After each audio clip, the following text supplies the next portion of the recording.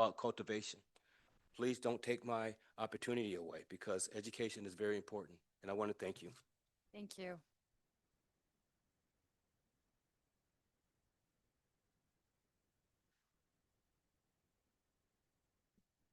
Hey, good evening, board, and the rest of you.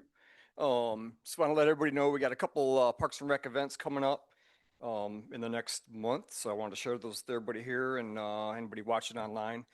This Saturday, April 25th, we've got Kite and Rocket Day at Fireman's Park. So we got 120 kites ready to fly. We're gonna get out the grill and cook food, so come on by, bring the kids, bring the family. Fireman's Park, 11 to 2 while supplies last, and we typically run out of stuff, so I'd say get there early. And then on May 9th at 10 a.m. at Cherry Hill Nature Preserve, we've got our Bird Watching for Beginners event, which is a nice hike through Cherry Hill Nature Preserve. Short hike for the younger ones to go along. The more years we've been doing this, the more kids we've been getting out there, so it's pretty cool for them to figure out how binoculars work and have a good time out there. So May 9th, 10 a.m., Cherry Hill Nature Preserve. Come on out and enjoy that as well. Thank you.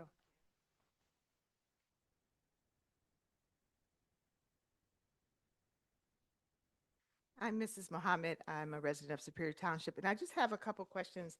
I just need some clarification on something that Trustee Schwartz said at the last meeting when he was talking about Clay Hill. He said, and this is a quote, that it's the most, are you listening to me, Trustee Schwartz? I would also just like to remind the Um, board and the public that we work to answer comments and inquiries at the end of the meeting or after the fact. Our board and staff will be sure to follow up. Um, you made a statement that said Clay Hill was the most blighted property in the entire township. I'd like to know what measurement you were using to make that statement. I'd like to know the data behind that, or if that was just your opinion. If it is data behind it, I'm wondering if there's a report that the public can see, a blight report, so that we can see where you're drawing your information from. Also, you said, you made a statement, we're the landlords of the property and we're not doing our job. I'm just wondering, does the board have some specifics of what your responsibility is as a landlord? And does that responsibility carry over to the farm that is being leased by, I believe his name is Farmer Pete? I'm not sure if that's his name, that's what I have in my notes. Um, are you doing the same type of landlord management with him? And finally, Trustee McKinney, when you don't speak into the microphone, and I was watching the meeting um, earlier today, and nobody can hear you. So could you please speak into the microphone? Thank you. Thank you.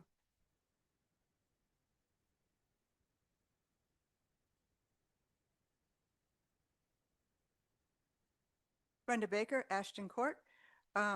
Like to speak about a couple of things. The first one is just administrative details. I see that the clock is now working. Someone has put a battery in it, but it is 8 minutes slow. And Talks. this seems to be a lingering problem over a couple of months. And when I make sort of a complaint like that, I try to suggest a solution. And what I suggest is whoever it is that aligns, that puts the chairs out and prepares the room for the meeting, that be part of their task to be sure that the clock is correct and operating. And the other item I would like to speak about is the Committee to Promote Superior Township, which is page 114 out of 234 in your packet. We have our monthly infographic, looks like this. There's a stack of them on the table for the audience. Most of the items are pretty self-explanatory, but I'd like to note a couple of things that we had to pivot on this week, which one of being the roadside cleanup day. As you all know, I think, it was scheduled for Saturday and had to be rescheduled. And the infographic communication to you had to be in a week ago, so of course we could not foresee that. And that's why it talks about, and I think we had to write it like in past tense, that it's did happen or something. Anyway, so we had to pivot a little bit, but it'll happen. It just didn't happen on the day we thought it was going to happen. And the other thing was our meeting. The Committee to Promote Superior Township meets on the third Wednesday of the month, which this month was the 15th. And there were widespread power outages when we meet on Zoom only. So we canceled our meeting. And because we are so established in communicating electronically, I didn't try to reschedule it. The things that we're doing, we can carry on with without having an actual meeting. So we just canceled the meeting, and we'll meet again at our regular third Wednesday in May. Thank you.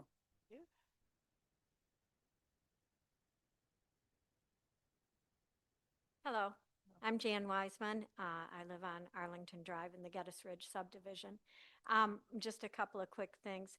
One, in the minutes, last month I spoke during the pleas and petitions. My name is spelled incorrectly. It's Jan, not Jane.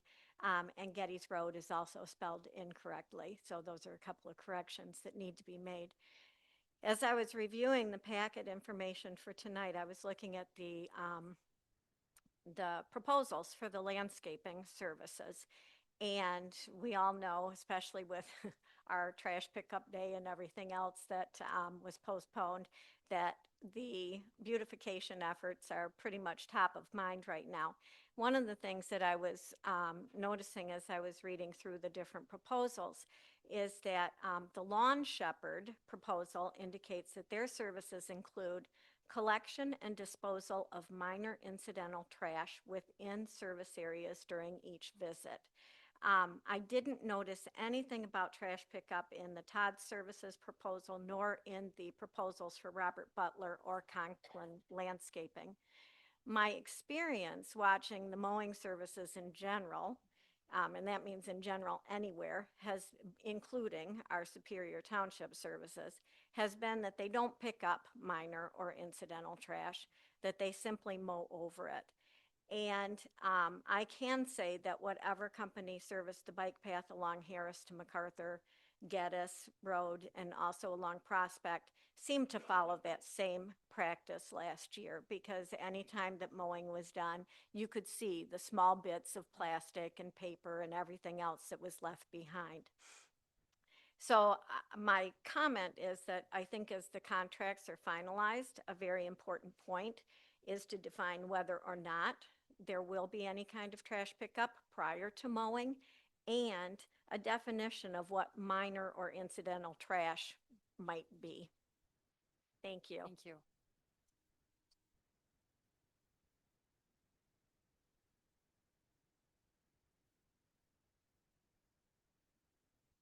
Good evening. I'm Tom Freeman. Excuse me. I live in Dixboro. I just wanted to come tonight and thank the board for their consideration of the application that we put in for this year's farmers market. This is our 15th season.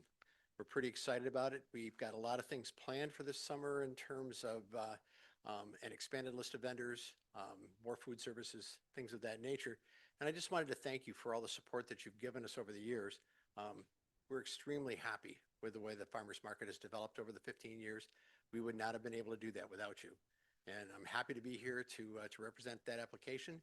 And if you have any questions, I'll be here and would be happy to answer them. But again, thank you very much. Thank you. Are there any comments online? Any further comments in the audience?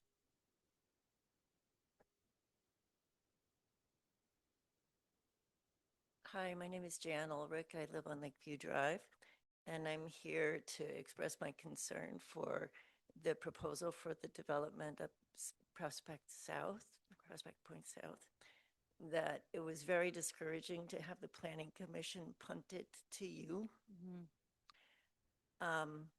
saying that the only reason they were doing that was a concern about being sued by the developer, despite hearing the concerns of the whole community. And so I ask that you give that really deep concern and really make an effort to hear from the community and to respect our concerns. Thank you. So thank you. Okay. Seeing no further citizen participation, I'd like to close that and move to supervisors' comments. Just a few key updates. still working to pursue funding for the extension of the Geddes Road path to South Point Scholars, as well as rehabbing and recreating the bridge that connects Bromley Park to Harvest Lane. The ask that went initially to Debbie Dingle's office is for $2 million, and I continue to work this week, and also this month, with our engineers to submit requests that were similar to both of our U.S. senators, in the hopes that we'll have enough support somewhere to receive that ask.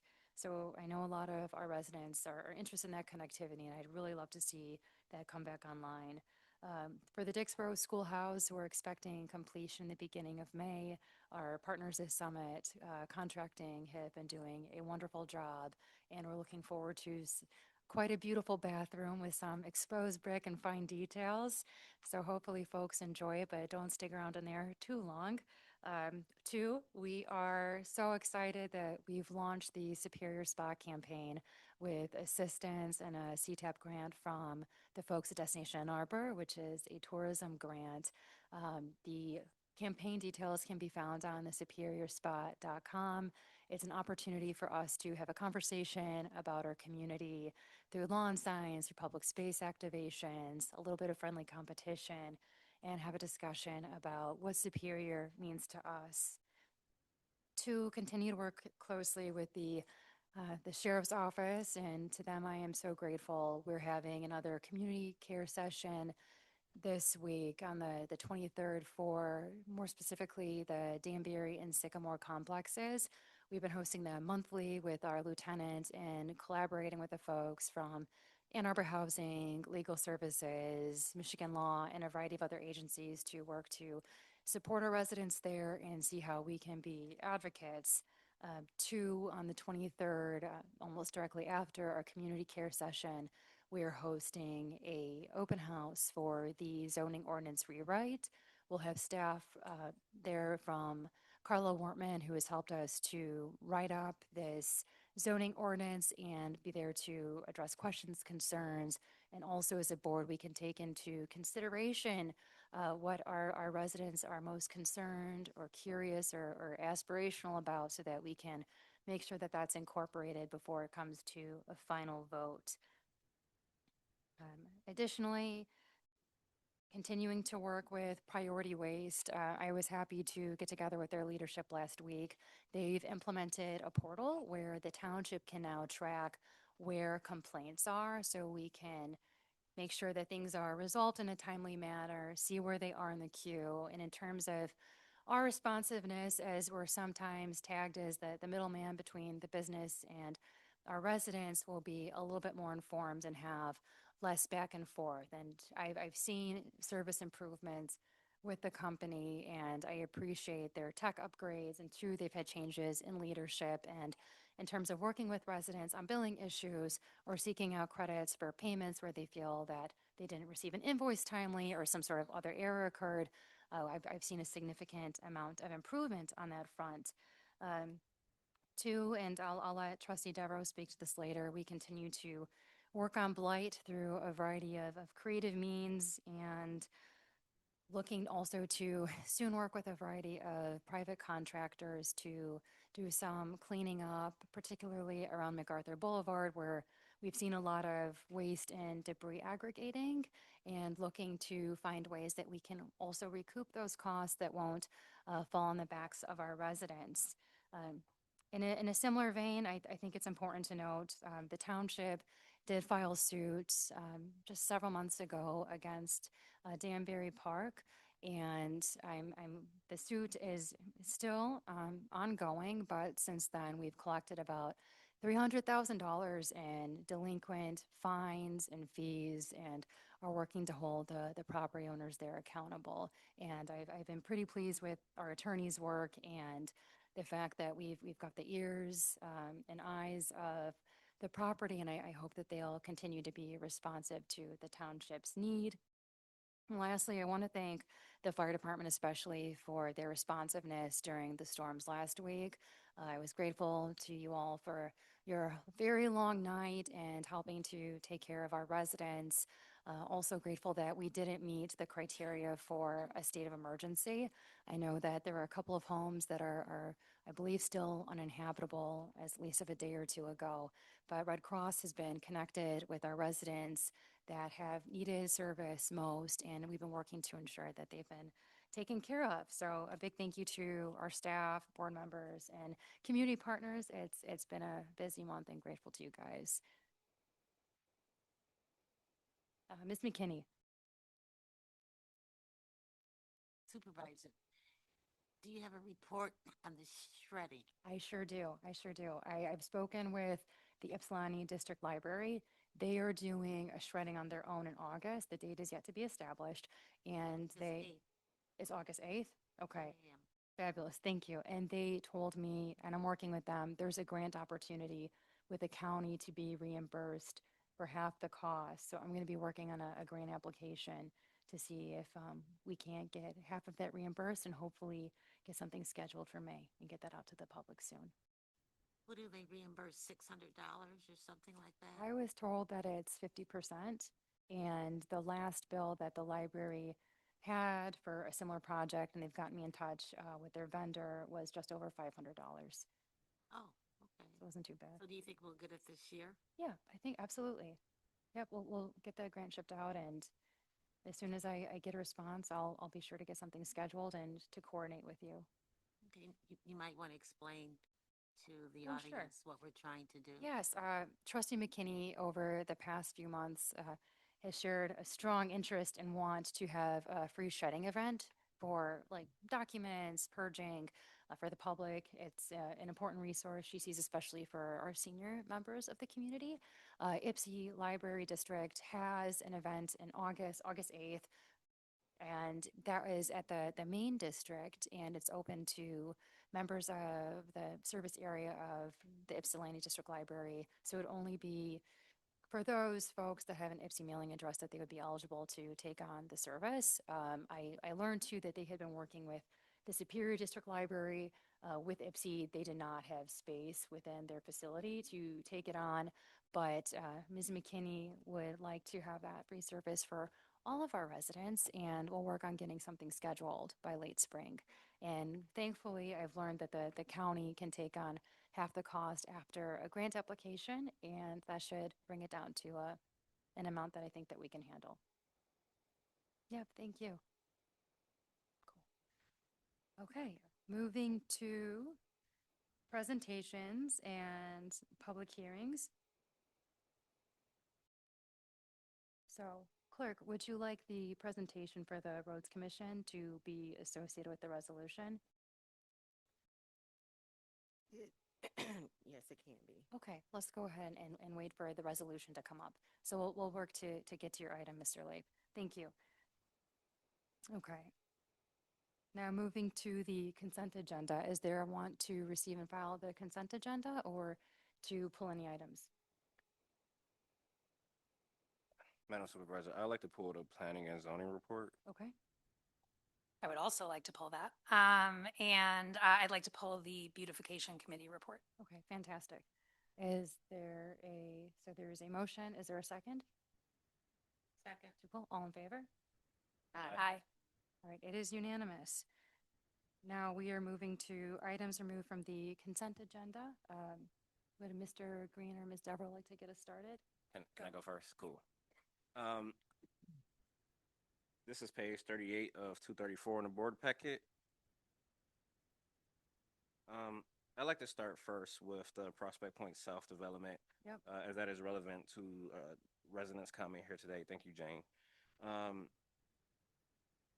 So I'm just in reviewing the board packet this week, and then I'm reviewing it again tonight based on the comment. I would just like a little bit more background as to how this development is moving forward.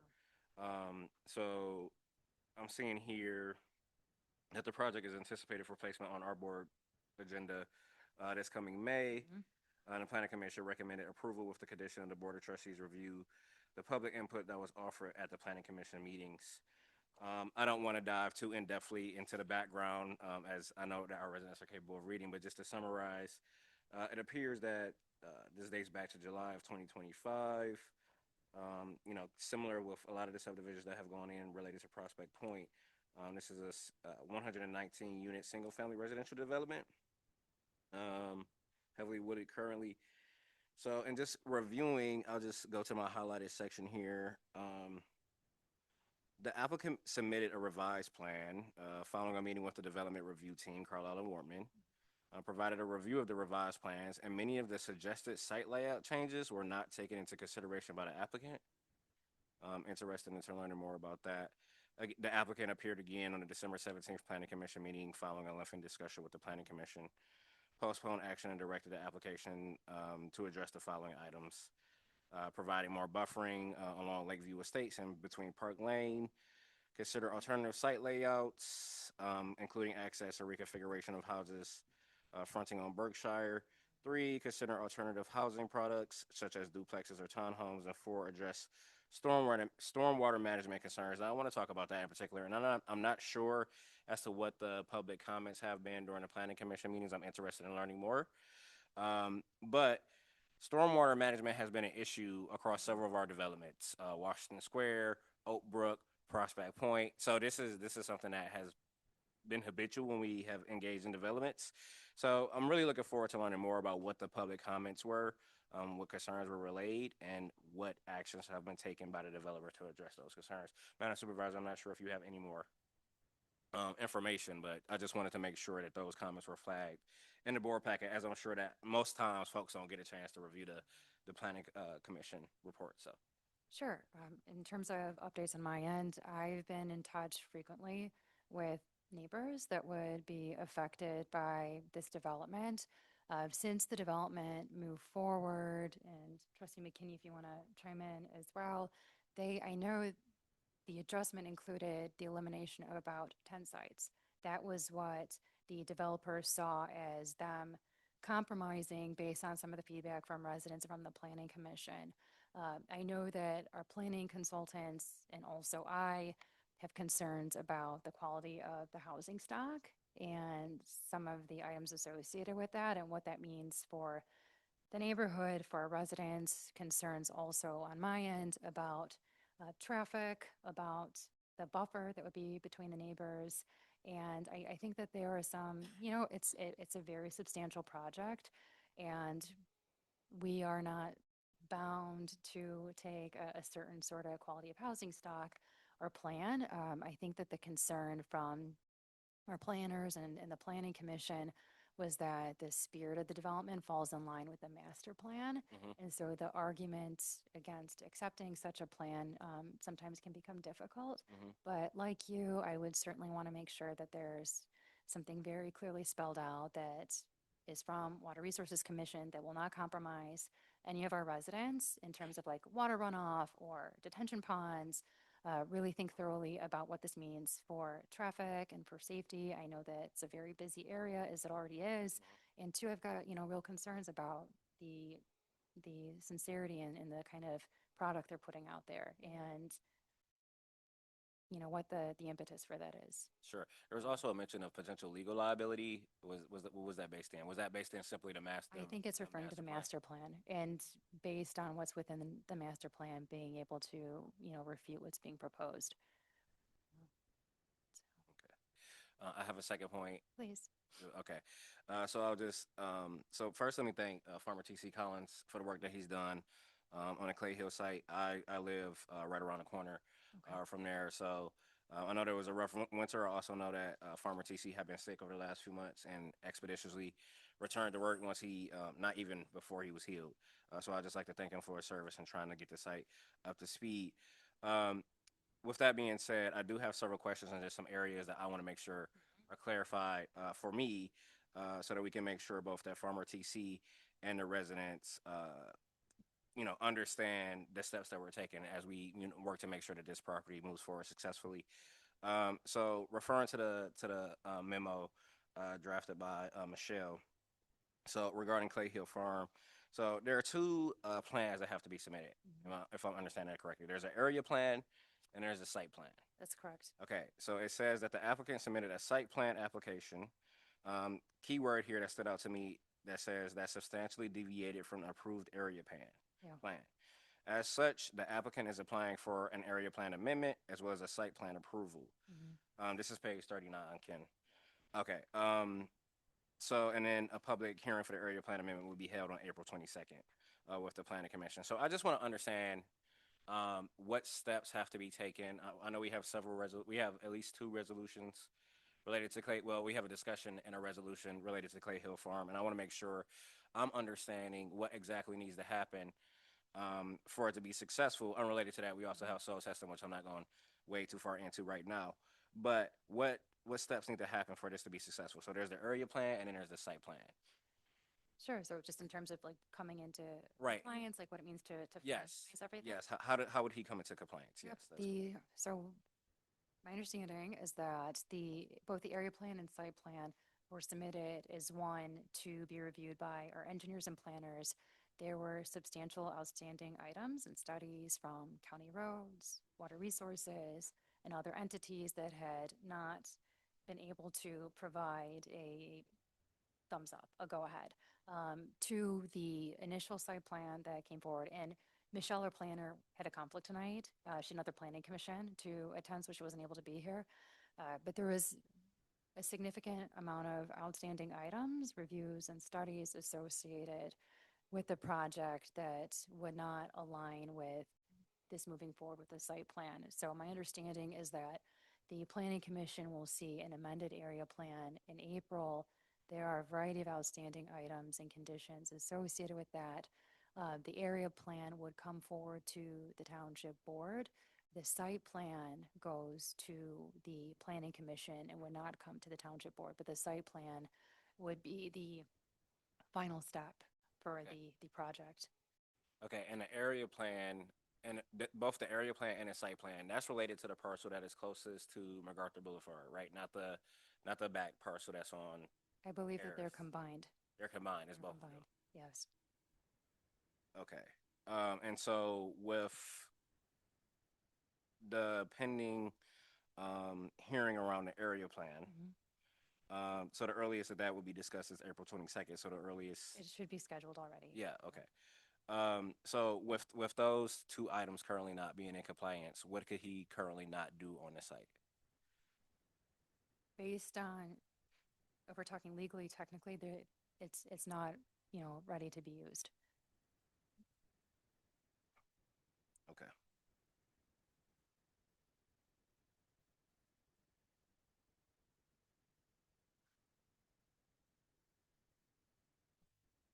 Okay, sorry, last question. Please. Then it's all you, Sarah.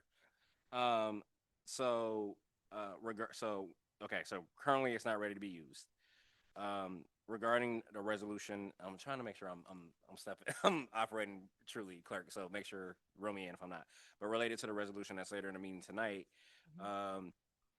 would it be a possibility for us to postpone discussion of that resolution until the area plan, there's been a greater discussion around the area plan?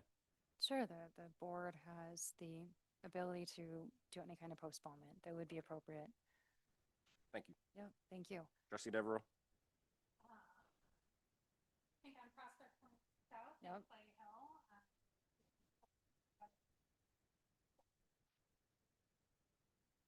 If this is coming to the board Mhm. soon, I'd like a summary of public comments. Okay, I agree. I think that's important. From our planning. I think that should. Okay, So I'd like to make that our plan. okay. Other point that I just want to bring up Mhm. is the zone rewrite. Yep. Scheduled for April 23rd. Mm-hmm. My mic's not on. Can you believe that? I always give people such a hard, I'm sorry, guys. The open house that's scheduled for the 23rd, I don't believe that went through on the emails. So I just wanted to highlight that I don't think that the email notifications actually happened for the April 20. I didn't get it. So if there's some sort of glitch in the website, I just wanted to highlight that because I know that's really important for us to make sure that we're giving folks as much heads up as possible. And then the other thing that I was curious about is the Garrett Space update has been basically the same.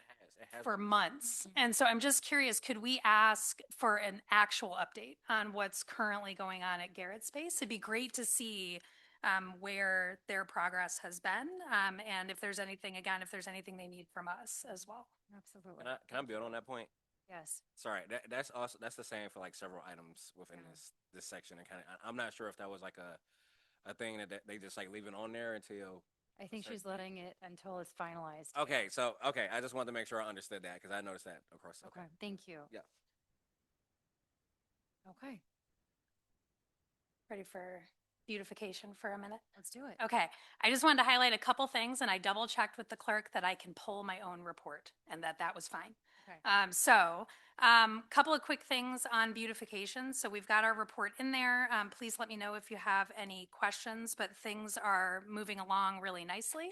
I've been working with Bill in the building department, Bill Balms, on a variety of blight cases. We are making some good progress. We have meetings scheduled with several property owners over the course of the next 2 weeks. Obviously, the annual roadside cleanup, you've heard a couple of folks speak to that. We did not do that on April 18th. It rained and was really windy, unfortunately, on Saturday morning. I did walk on the right of way on a couple of different streets, and it was also very slippery. So as much as I wanted to do it, it didn't seem safe at the time. We're looking at either May 9th or May 16th for a reschedule.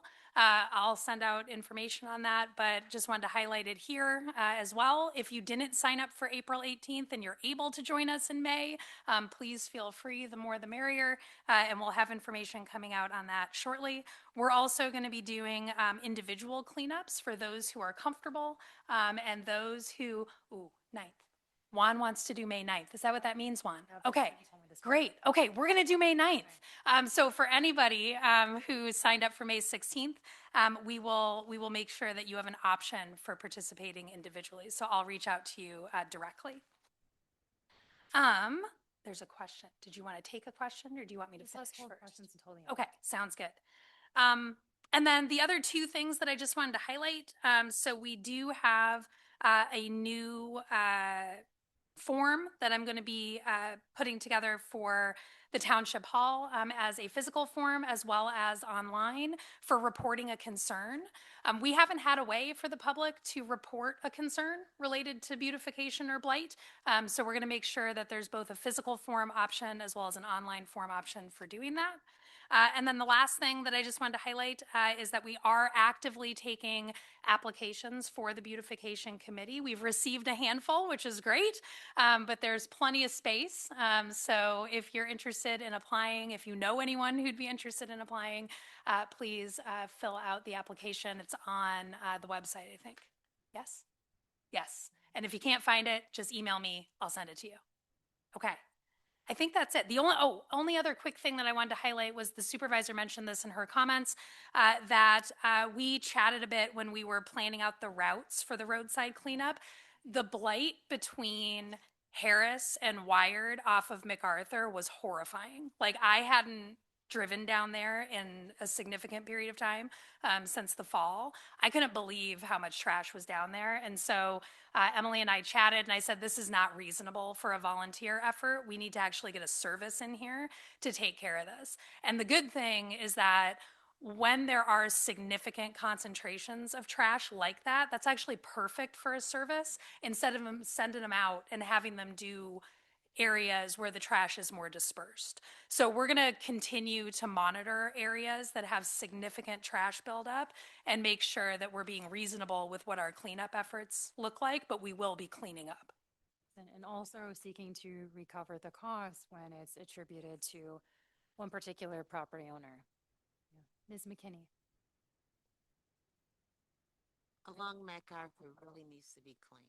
Yeah, that's what The trash is really bad on MacArthur Boulevard. that's the part that's the part that we're going to make sure. Yeah. Well, we never had to clean that because as far as our grass cutting, lawn people, they don't do that. Or side street maintenance. That's not their job to do that. And usually, go ahead, Ken. May I, really quickly?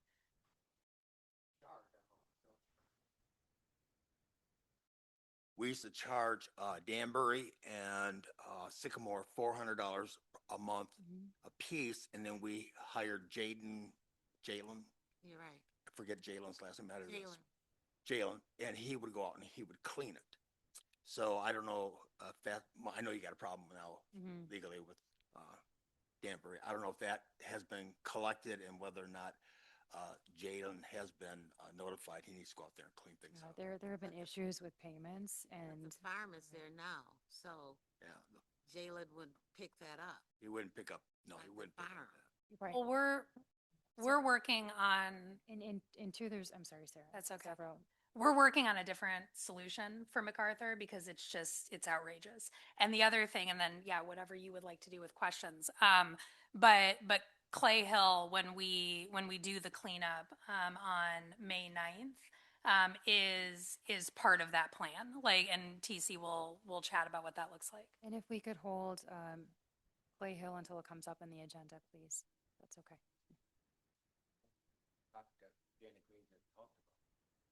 Sure, I'd like to hold it until the end. I work to make sure that we don't have a back and forth conversation. Thank you. Ms. McKinney. Because we are getting a lot of complaints about that area. Yeah. We're on it. Thank you. Ms. Robinson. Yes, I do have a question regarding the beautification committee.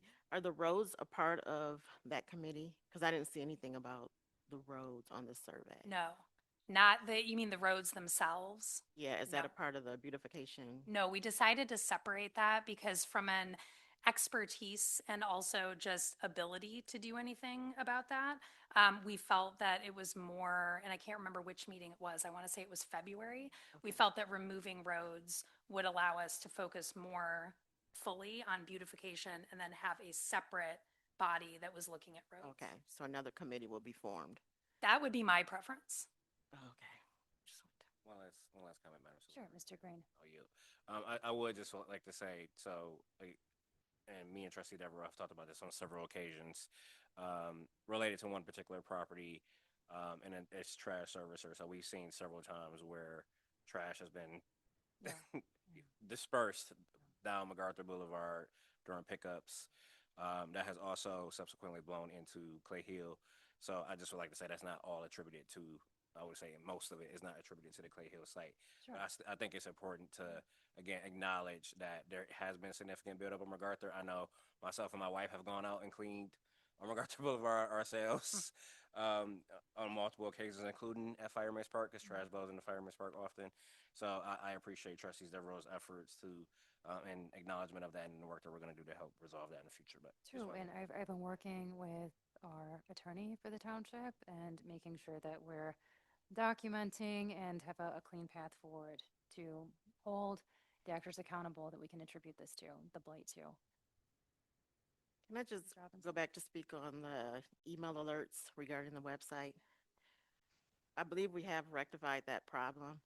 And I just wanted to also throw out there that we're going to be, presented it at the table that we are launching a new website. So we're working on that. So I just wanted to. Perfect. Thank you. You're welcome. Thank you. Thank you. Okay. Moving to unfinished business, there is none. And now to noon business, Resolution 2026-12, a resolution of appreciation and recognition honoring Victor Vic Chevret for his service as fire chief and his legacy of leadership in the Charter Township of Superior Fire Department. So moved. Support. Would you like to join us at the podium? Speech. No speech. No crying, Vic. All right, but if you do, it's okay. All right, we put together a resolution for you. Dana, my eyes are so bad. That's my surgery. Yeah, I'll bring it to you, but I'll read it off first. So it's in recognition from the Township Board, and if you'll bear with me while I read this, whereas Victor Vic Chevret has served the Charter Township of Superior with dedication and distinction through his leadership in the Superior Township Fire Department, and whereas the Office of Fire Chief carries with a significant responsibility, including the protection of life and property, the stewardship of public trust, and the leadership of those called to serve in moments of emergency and uncertainty. And whereas during his tenure, he contributed to the strength, professionalism, and continuity of the Superior Township Fire Department and worked in service with our residents, and in his years of service reflect the values of public safety service, including courage, discipline, professionalism, and devotion to community. Don't get teary. Whereas his legacy is reflected in not only the years he served, but the example he set. And the Township Board desires to formally recognize and express its appreciation for Chief Chevette's service, leadership, and lasting contributions to the Charter Township of Superior. Now therefore be it resolved that the Township Board of the Charter Township of Superior recognizes and honors Victor Vic Chevette for his dedicated service as Fire Chief and his lasting legacy of leadership in the Superior Township Fire Department. Let me sign it. So we've got this for you. Thank you. Thank you very much.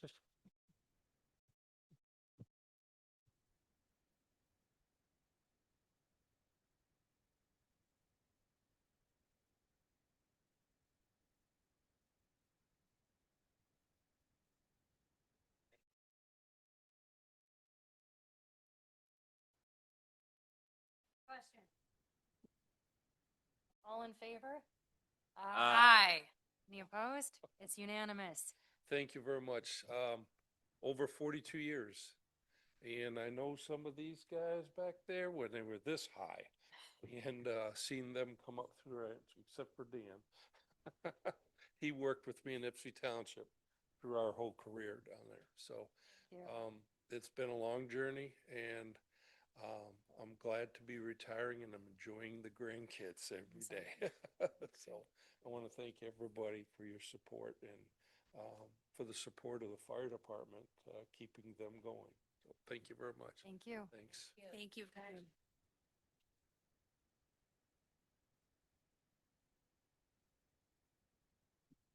Now moving to, in the spirit of the fire department, resolution 2026-13, a resolution to appoint Dan Kimball as fire chief and to continue his assignment as fire marshal. Support.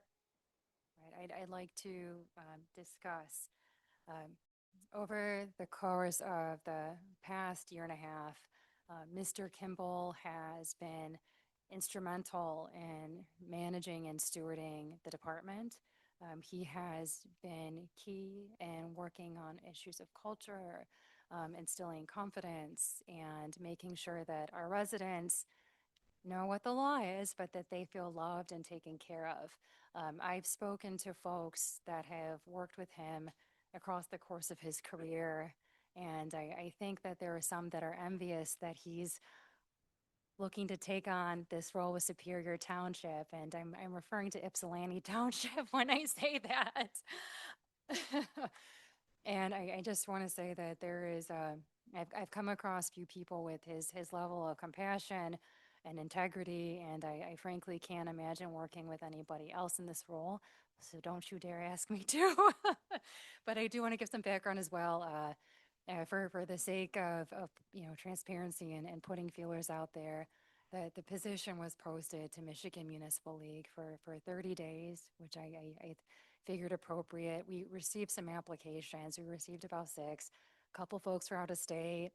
Few folks weren't nearly as qualified, and one who is comparable just wouldn't quite cut it in terms of culture. And similar to, the former chief's message, Dan has been a part of this area and this community over the course of several decades, and has continued to work and be thoughtful about the outcomes.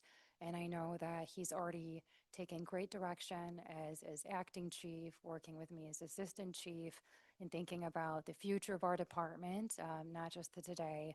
And I know that we continue to be thoughtful about opportunities for our FD. We think so highly of you guys and are grateful to see the show of support. But Dan, if you might, can I drag you over to the podium to say hello?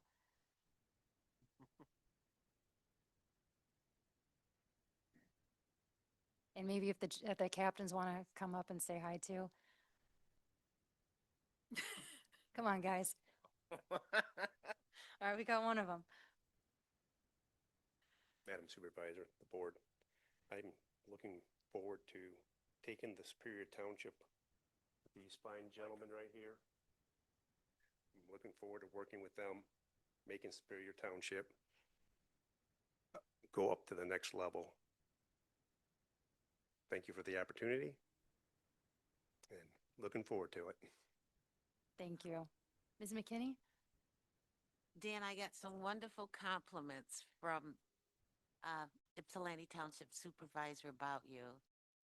And she said some wonderful things about you. So I just want you to know that. Thank you. Okay. And I also like to say the captains here, I can't believe you guys are captains. Like Vic said, he remembers you when you were like this. I hired you and I remember you when you were like this. So I can't believe you're captains now, but thank you all. Fine group. All of them. Thank you. Thank you. Thank you, guys.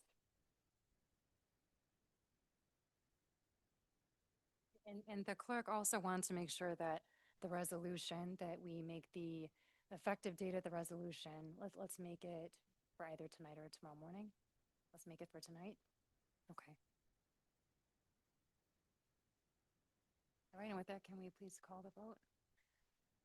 Dabish Yakine, Aye. Devereaux, Yes. Green, Yes. Lewis, McKinney, Yes. Robinson, yes, Schwartz, It's unanimous. Thank you, and glad we're going to keep working together. Thank you. And thank you guys for being here and showing your support. It means a lot. All right, moving to Resolution 2026-14. This is item C. Resolution to hire a billing specialist and residential liaison. Is there a motion? I move. Second. Oh, okay, very good. Either one. Ms. Burton, would you please join us? Thank you. The billing specialist and residential liaison position, the candidate that we've selected is Mr. Hurd. If you could stand, please. Iman Hurd is his name. He is familiar with Superior Township, has a lot of family here. And Iman also has a lot of experience that he brings to the table. He's also currently serving as a bookkeeper accountant for the Bush's grocery store chain, and also he is a student of accounting. So we are happy to welcome him aboard. This is Iman standing. welcome. Thank you. Thank you.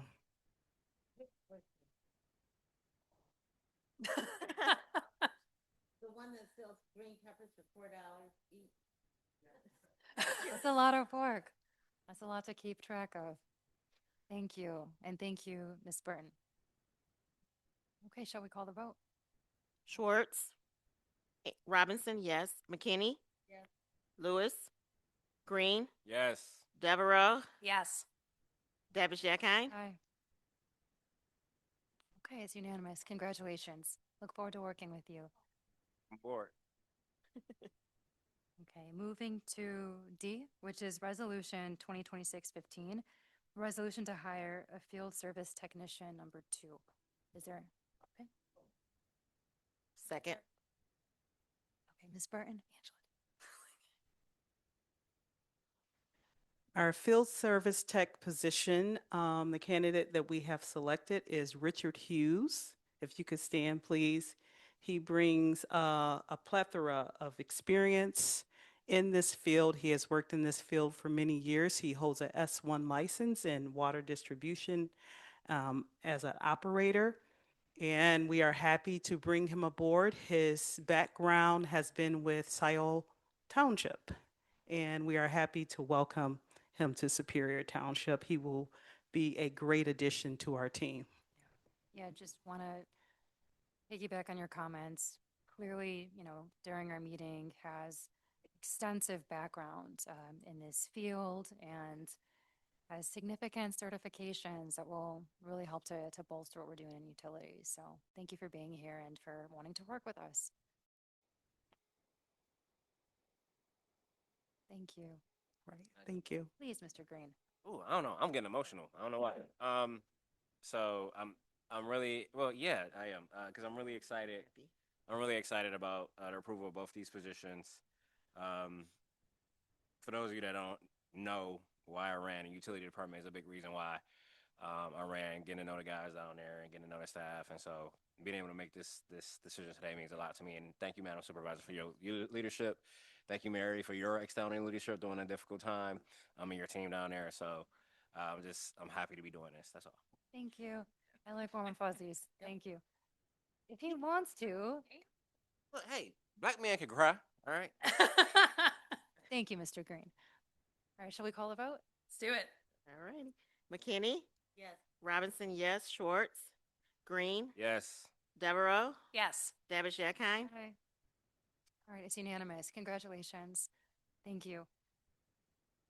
Okay, moving to Resolution 2026-16, resolution to accept the lawn cares proposal from Conklin Landscaping, Inc. for maintenance services at Municipal Properties Project Set 1. Is there a motion? So moved. Okay, any discussion?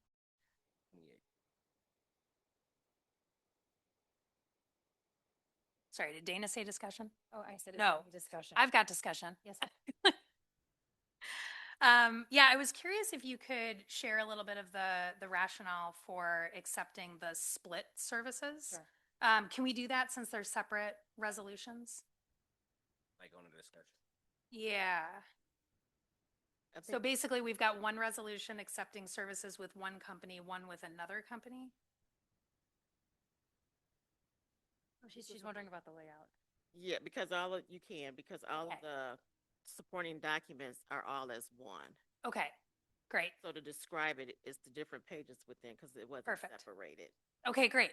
Yeah, I was just curious if we could hear a little bit more about the rationale for accepting the split services, given that the split services rate is $10,000 more than what Conklin quoted us. Yep, absolutely. So there was some discussion last year when both Conklin and Mr. Butler came up for automatic renewal about exploring vendors further and seeing what it would mean to put feelers out to get additional quotes.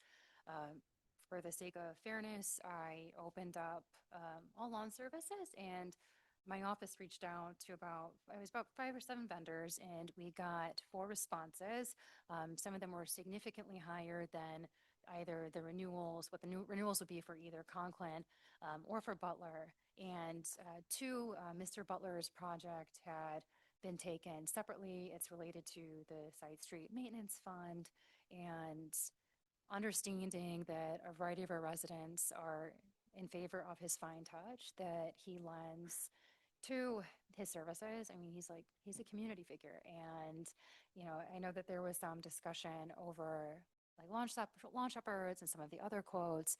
And what I found in working with him is that he does lend an extra service. So that wasn't included in the quote, but he'll do things like also pick up the trash. He empties out the trash at our bus stops. Mr. Butler. Yep. But why did I take it separately? Because they were from 2 separate funds originally. Right. And wanted Mr. to get a Butler's is sense. from Side Street Maintenance. Correct. Yep. Which is a special assessment. Yes. And Mr. Cochran's is from General Fund. Yes. Okay. Yep. And so that was why the different options were developed to see what things could look like holistically, but then also recognizing historically that they were dealt with separately. So if there are additional services that Mr. Butler is providing, get that.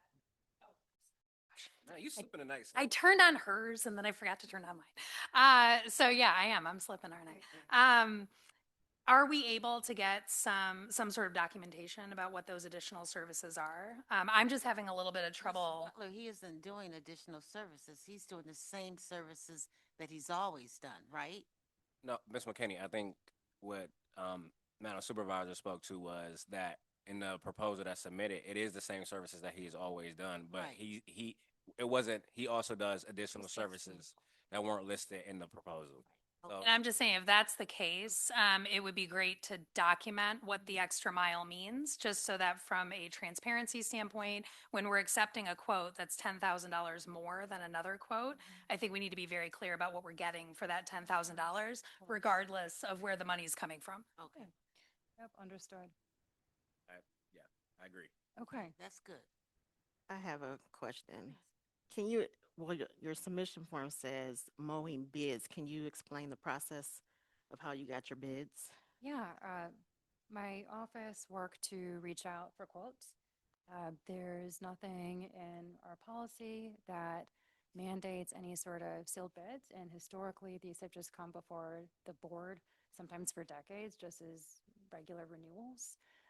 For the sake of level setting what the cost should be and what would be fair, we reached out to a variety of vendors and to get a sense of what would be the fair cost assessment for the township, and that's laid out in the documents that you guys have. I just, I just want to make sure. So, for the services provided by Mr. Butler, and first let me say I really appreciate his service. He's right down the street from me in my neighborhood, so I walk past him all the time. Great guy.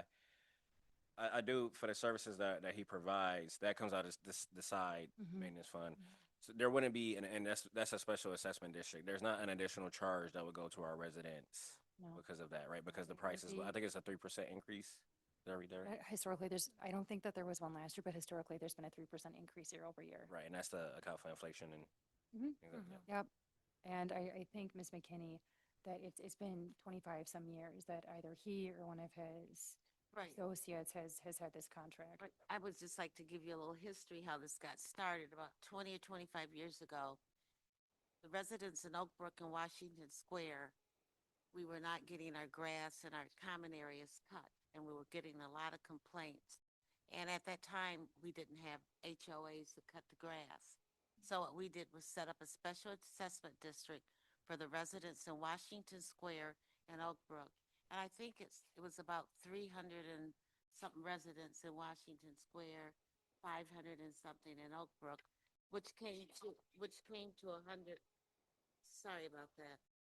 Which came to 871 residents, and we pay like $27 per resident, and that comes to roughly $23,500. And at that time, the residents, we wanted someone from the subdivisions who was familiar with the residents and the community to cut the grass. And we hired Mr. Swanson first. He died. Mr. Butler used to help Mr. Swanson. And after Mr. Swanson died, we gave the job to Mr. Butler. And he's had it ever since. Mr. Butler is very familiar with the neighborhood, the residents. Everyone is very comfortable with Mr. Butler. So it's been his job for 20-something years. And so that's how it all got started.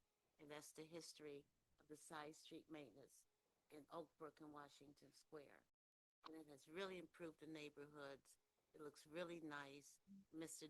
Butler does a fantastic job. So that's the history Thank for the you. board members who aren't aware. You should remember that, Angie. Wonderful. Thank you. Please. Your mic. Right. One thing about Mr. Butler is that, everybody knows him in the community. He's well respected. He's well liked. He stays on top of the job. It never looks shabby anywhere. And he always had one of those grabbers. So he grabs trash as he goes. And he removes the trash, puts it in the trash cans. And I don't know if he's still doing this, but he used to take the trash out of the trash cans and dispose of it and put a new bag in. He takes it to the fire station and empties Right. the trash. Put it into the dumpster there. And then he also would drag branches or leaves that had fallen down that were interfering with his ability to cut. He'd take care of those too, the small stuff. But he's always done a Experience. fantastic job for the Mr. Green? So, I would just say this about Mr. Butler and his services related to cost. And I think it's important to note. So, Given the historical relationship that we have with Mr. Butler and the services that he provided, it makes sense to me. But I also want to state this, and I want to speak to Trustee Devereaux's point as well. Our responsibility as a board is to ensure that we're spending taxpayer dollars wisely. In a community that is as small as Superior Township, where relationships matter, I think it's important to honor their history, but it's also important to make sure that we're being responsible stewards of those funds. And so to Trustees Devereaux point earlier regarding documentation of the extra mile, I respect that extra mile. I recognize it. Again, he's my neighbor. I see him every day. I also just want to make sure that that is clearly documented. One, so that his work and legacy can be honored over a period of time, but also so that residency, if we were making a decision like this today, that is documented so that they understand why the costs exist. Yeah. And that it's justified, right? Not just that, hey, we've known Mr. Butler for a long time. We want to make sure he keeps the job. We want to make sure that is reflected in the services that he's provided in documentation moving forward. I think that's a good point. Fair. That's fair. And then I just have a statement. I noticed in the packet that his bid was a verbal Yeah. bid. Did he specifically say that he wanted the 3% or? And he signed on it. Okay. Just wanted- Yes. Okay. He would like more. Okay, well, we ain't gonna talk about that. Yeah, I just wanted to. I mean, I don't have virtually any other than what's in the packet, history and detail on this. I feel fine about what we're all saying right now. If we want to continue though with this level of additional cost above other bids, we would need in my opinion, we would need a written bid in the future. And we need it to be very explicit about what he's doing regardless of his history.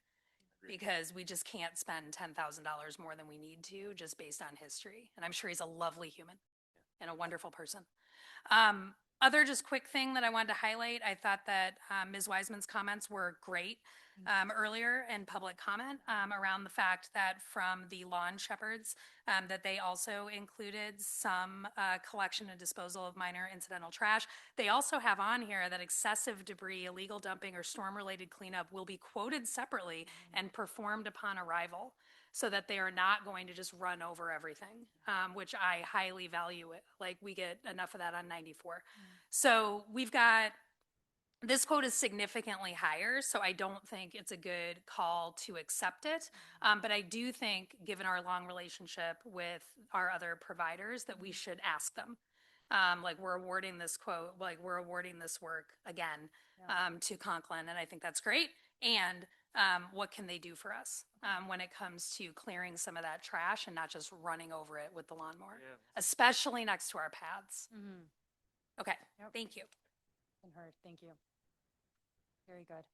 Okay, is there? Just for clarification, Mr. Butler is Project 2 and only Project 2. He only was interested in Copy. taking on set 2. Okay. Yep. Okay, I'd like to call the vote. And to be consistent with last year, I abstained because Mr. Conklin does work at my house. He mows my residence. And so our attorney said that wasn't necessary, but I just feel more comfortable with that. So I'm going to abstain. And clerk, if you could please call the roll. Devereaux, Yes.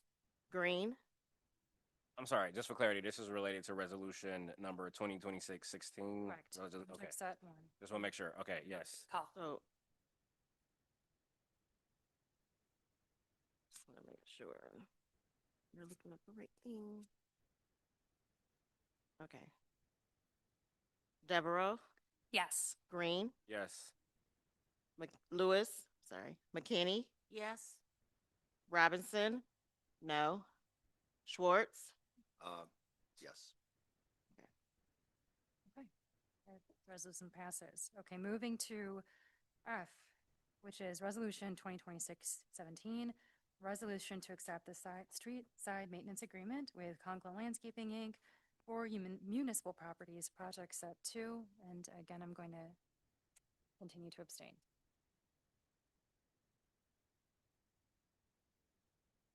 Is it Wait, sorry. Resolution, this is Mr. Robert Lee. Resolution 2617, resolution to accept the street side maintenance agreement with Mr. Robert Lee. For me, it says for offices Conklin Landscaping. Yeah, I don't think that's right. Okay. The resolution that we actually have in the bulk of the packet says resolution to accept the street side maintenance agreement with Mr. Robert Lee Butler for Municipal Properties Project Set 2, and that is resolution number 2026-17. Okay, on the Yeah, the agenda. agenda, yep, the agenda doesn't match that. You know what else is, Yes, please. what else is confusing? We have the fund side street maintenance, which is for Mr. Butler, grass cutting. Right.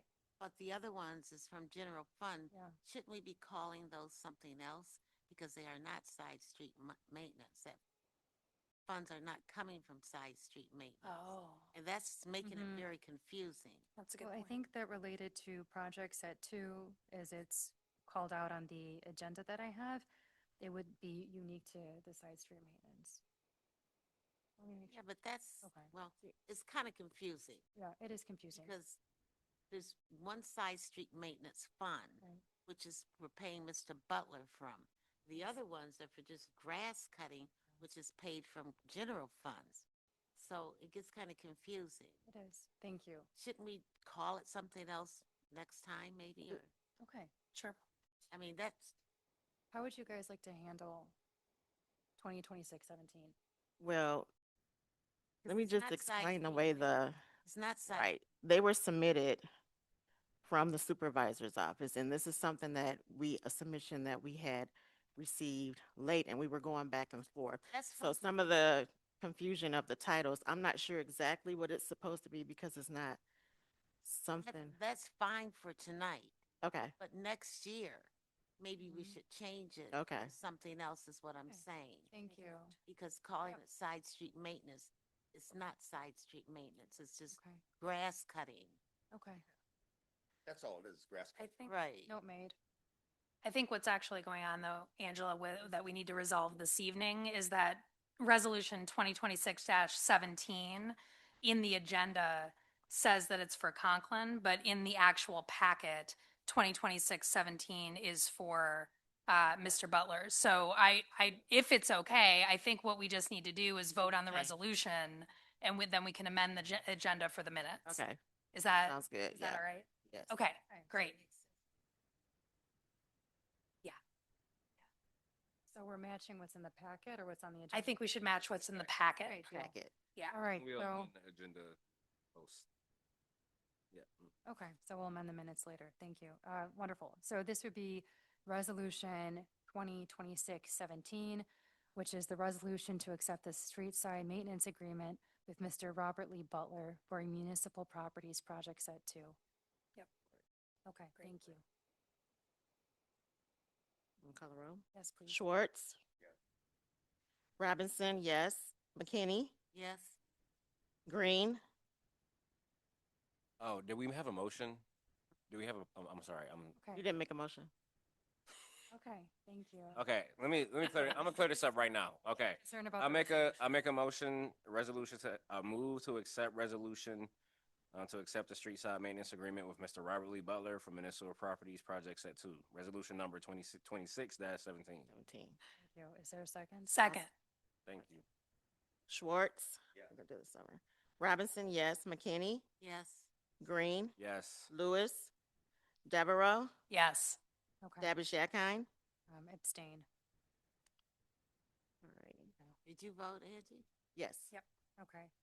Now moving to Resolution 2026-18, which is the resolution to accept the street side maintenance agreement with Conklin Landscaping for Municipal Properties Project Set 2.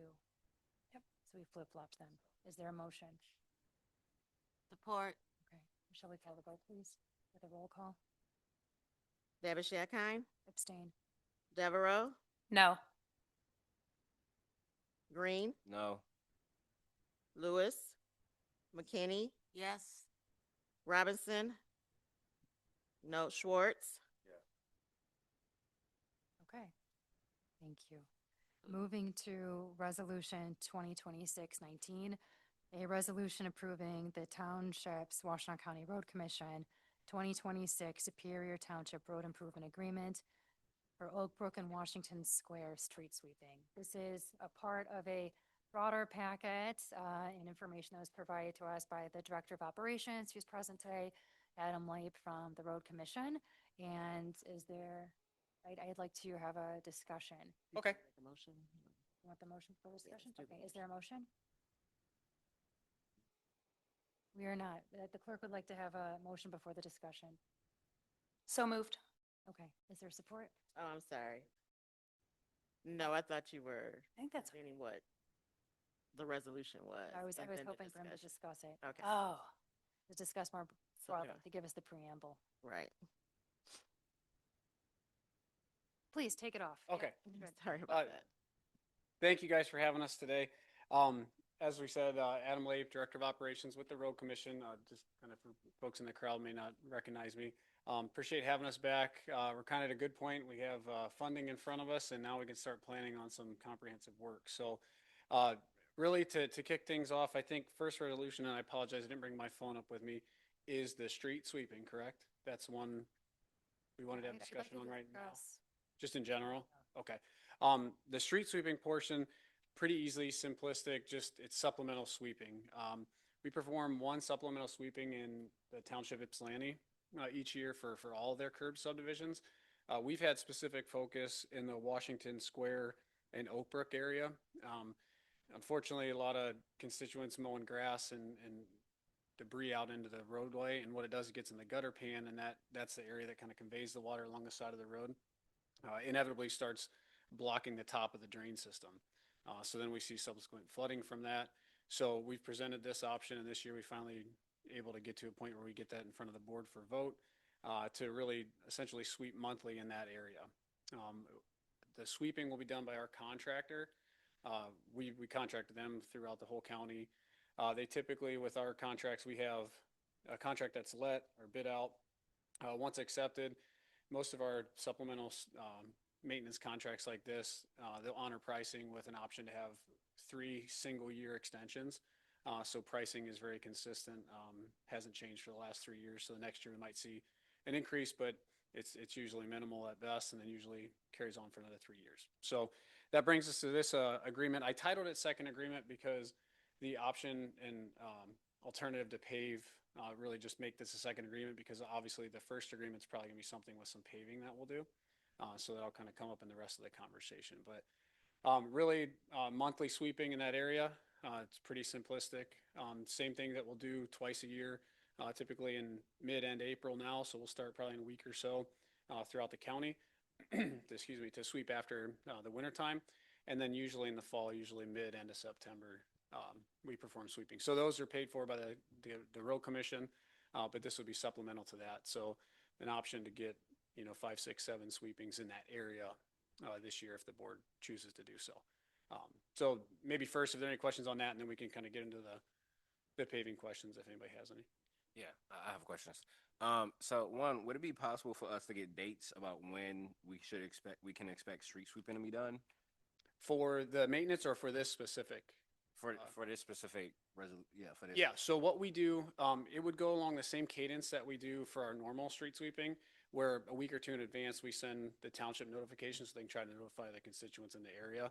A lot of times the reason we do that is mainly Ypsilanti area, there's a lot of street parking. So we try to, use the township to help us kind of convey that information out through their portals to get vehicles out of our way, or try to do it. We get from the townships the rubbish pickup schedule.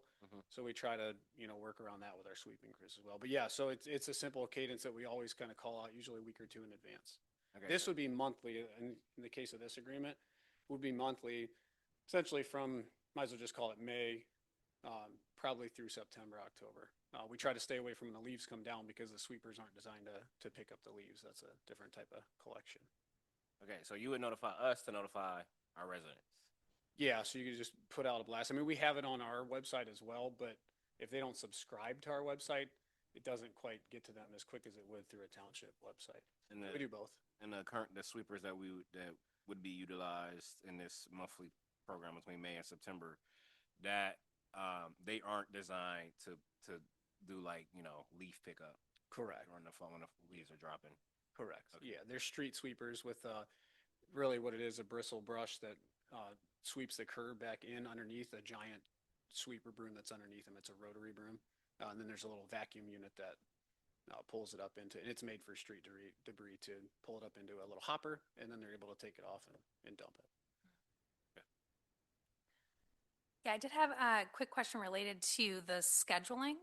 Since we are going to be doing it monthly between, a few months that we've predefined, Yep. can we get that on a little bit more of an advanced schedule so that we can let folks know, like, hey, second week of the month, like Washtenaw County roads will be coming through Yeah, here. that's actually a good idea. What we could do, if this does pass and we go forward with it, what we can do is we'll talk to Len. I mean, he's the company owner, the son of the original owner. It's been a family business that we've partnered with for a long time.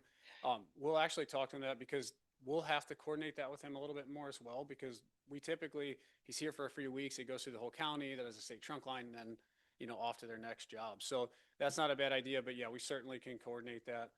Because we'll have to have a little bit more of an understanding, because we're going to have to work around rubbish. Thankfully, just being 2 subdivisions, my assumption would be there's probably only 1 or 2 rubbish collection dates probably in that area, I would assume, but that's something I can kind of work with the township to coordinate that. So.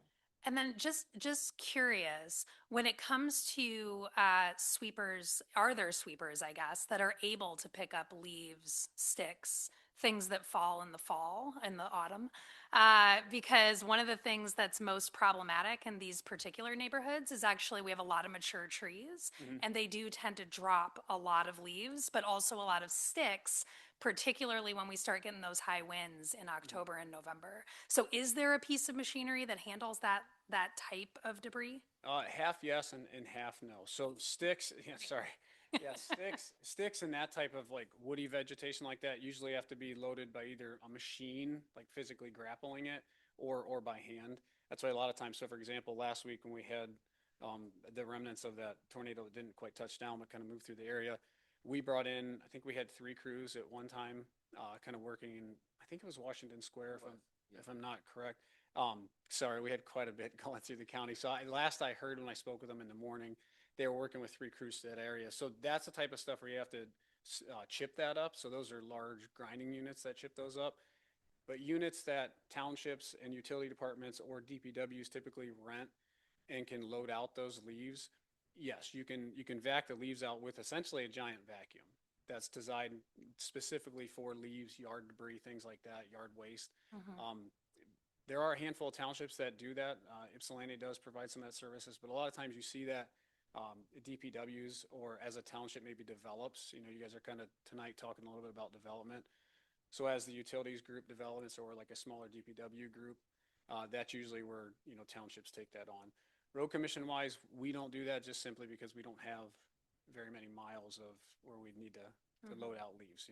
We're blessed to have kind of 2-lane open ditch roads where Mother Nature is able to kind of do its own process. But there are machines that if you guys do have questions, I mean, we can certainly help coordinate with that and try to help some of the machine providers that we work with if you guys ever wanted to rent one or buy one. Thank you. Yeah, so if I could build on that question, because I mean I think the street sweeping between May and September, the additional, I think has the benefit or will have a benefit to our residents. I think my bigger concern is that we're not kind of tackling the fall piece, because we see flooding all the time, but in the fall when the leaves are hitting the ground and folks are raking and things like that, you see that build up on the storm crates a lot.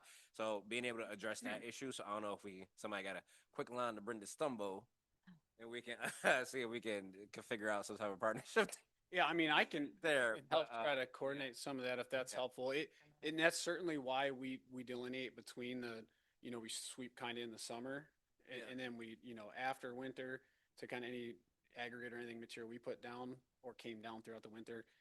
And then try to stop in the fall, because unfortunately the human side of things gets a little messy and humans will kind of fill that curb area for us if we keep it clean and for a few months there in the summer. So certainly if that's the board's desire, I can try to coordinate to maybe help you guys get that conversation going.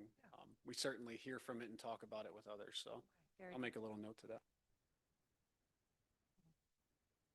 Well, is there a want to first vote on this item or talk more holistically about what's on the agenda?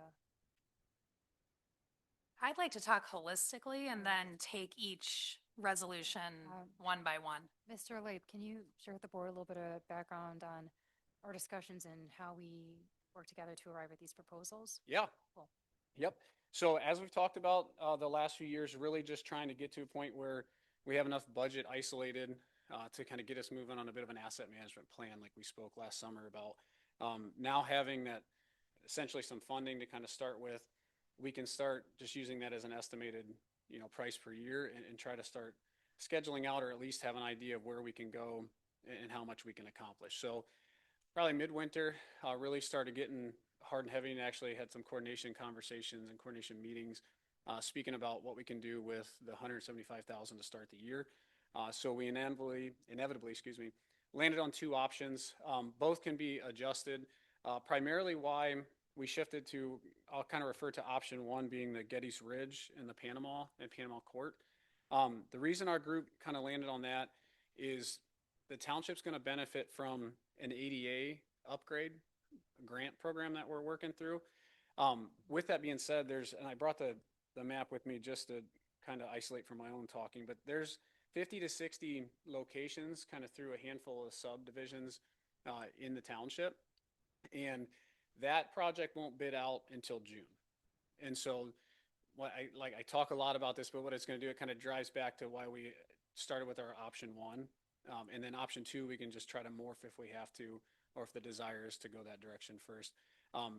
Trying to not have to have two projects kind of working over top each other, because ideally you'd like to get the ADA ramps kind of compliant and set, and then pave to make sure you match that so you don't change that grade, because that's the whole concept of kind of get the ADA ramps prepared to really match that grade for Americans with Disability Act, for people that have to approach that grade.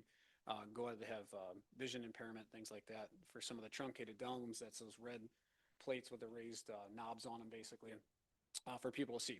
So that's what brought us to option one, where the team and our engineering department wanted to kind of go there and touch a little bit of Getty's Ridge, which is essentially phase work. So we do a portion of Getty's Ridge this year.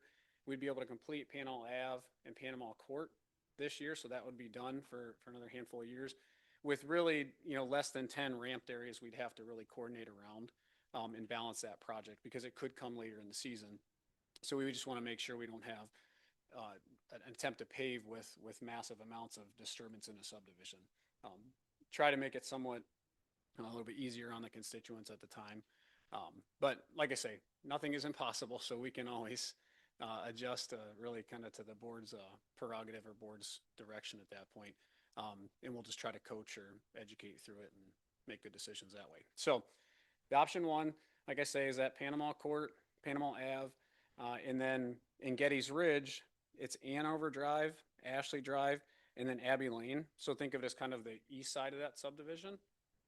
That would be phase one for this season. And then next year, ideally, you'd probably come back and do phase two in that Getty's Ridge and kind of seal that phase, or that final phase up in that subdivision, and then pursue some other work next year as well. So then our second option, we've talked about, it's obviously needs to be trimmed a little bit, because as we built this, we try to do as much as we can in a section, or at least that makes the most logistical sense to us from the start. So we've always phased our work to try to build the projects outward. So you think of it as painting in a room. You try to go to the furthest corner and kind of paint away from it. So for us, we decided we wanted to at least try with trying to incorporate all the courts in Washington Square first, because that way when we finish, ideally, Stevens Drive is kind of the finishing point where we don't want to have to go back and drive a bunch of equipment over top of it. That would be perfect world scenario. But reality of the situation is, budget-wise, we may only be able to do the courts or just a portion, like maybe the north portion of Washington Square, and get just a few segments in there to kind of meet the budget. What it really comes down to is final budget, where the team can really take that option two, if you guys want to do that, pursue that as well, and really get down to which roads can we do, and then essentially what phases we need to do, because we won't have the funding to do an entire subdivision ever. I mean, those are going to be large scale projects. So we're going to have to phase our work, which we do that. Ypsilanti Township, Pittsfield Township really was successful with phasing over the 13 years I've been here, to see them do that, because some of the townships, you guys have big subdivisions, and inevitably you're talking millions of dollars to try to repave one subdivision, so you have to take smaller bites as you go. Good question. How I many heard you. courts are there in Washington Square? So I counted up this afternoon, and the ones we had proposed, I think we had proposed 4 this year. Post for. Yeah, 4 this year. I think as you work towards the south and we'll call it south and west of Washington Square, there's a few other courts that we'd have to get in other phases. And then if you use Stevens Drive, excuse me, is kind of like a dividing line. East of Stevens Drive, we'd have to come back in another phase as well. So likelihood working in the budget range, 175 from the township, 175 from the road commission. So that's about $350,000, give or take, a little bit of estimation cost there. You're probably anywhere between 3 and 4 phases, I would think, to finish that area. There's quite a few courts in Washington Square. Yeah, so kind of busy work, but critical to accomplish that first, so you don't finish everything and then have this patchwork quilt where, we forget it. Or we don't have the funding to get maybe one little court, and then there's, 6, 8, 10 years go by and you have one court that's just unraveled. Right. And we have to come all the way back around the township to try to get it. So, Mr. Green has a question. yeah. Yeah, so I just want to make sure I'm understanding the problem correctly.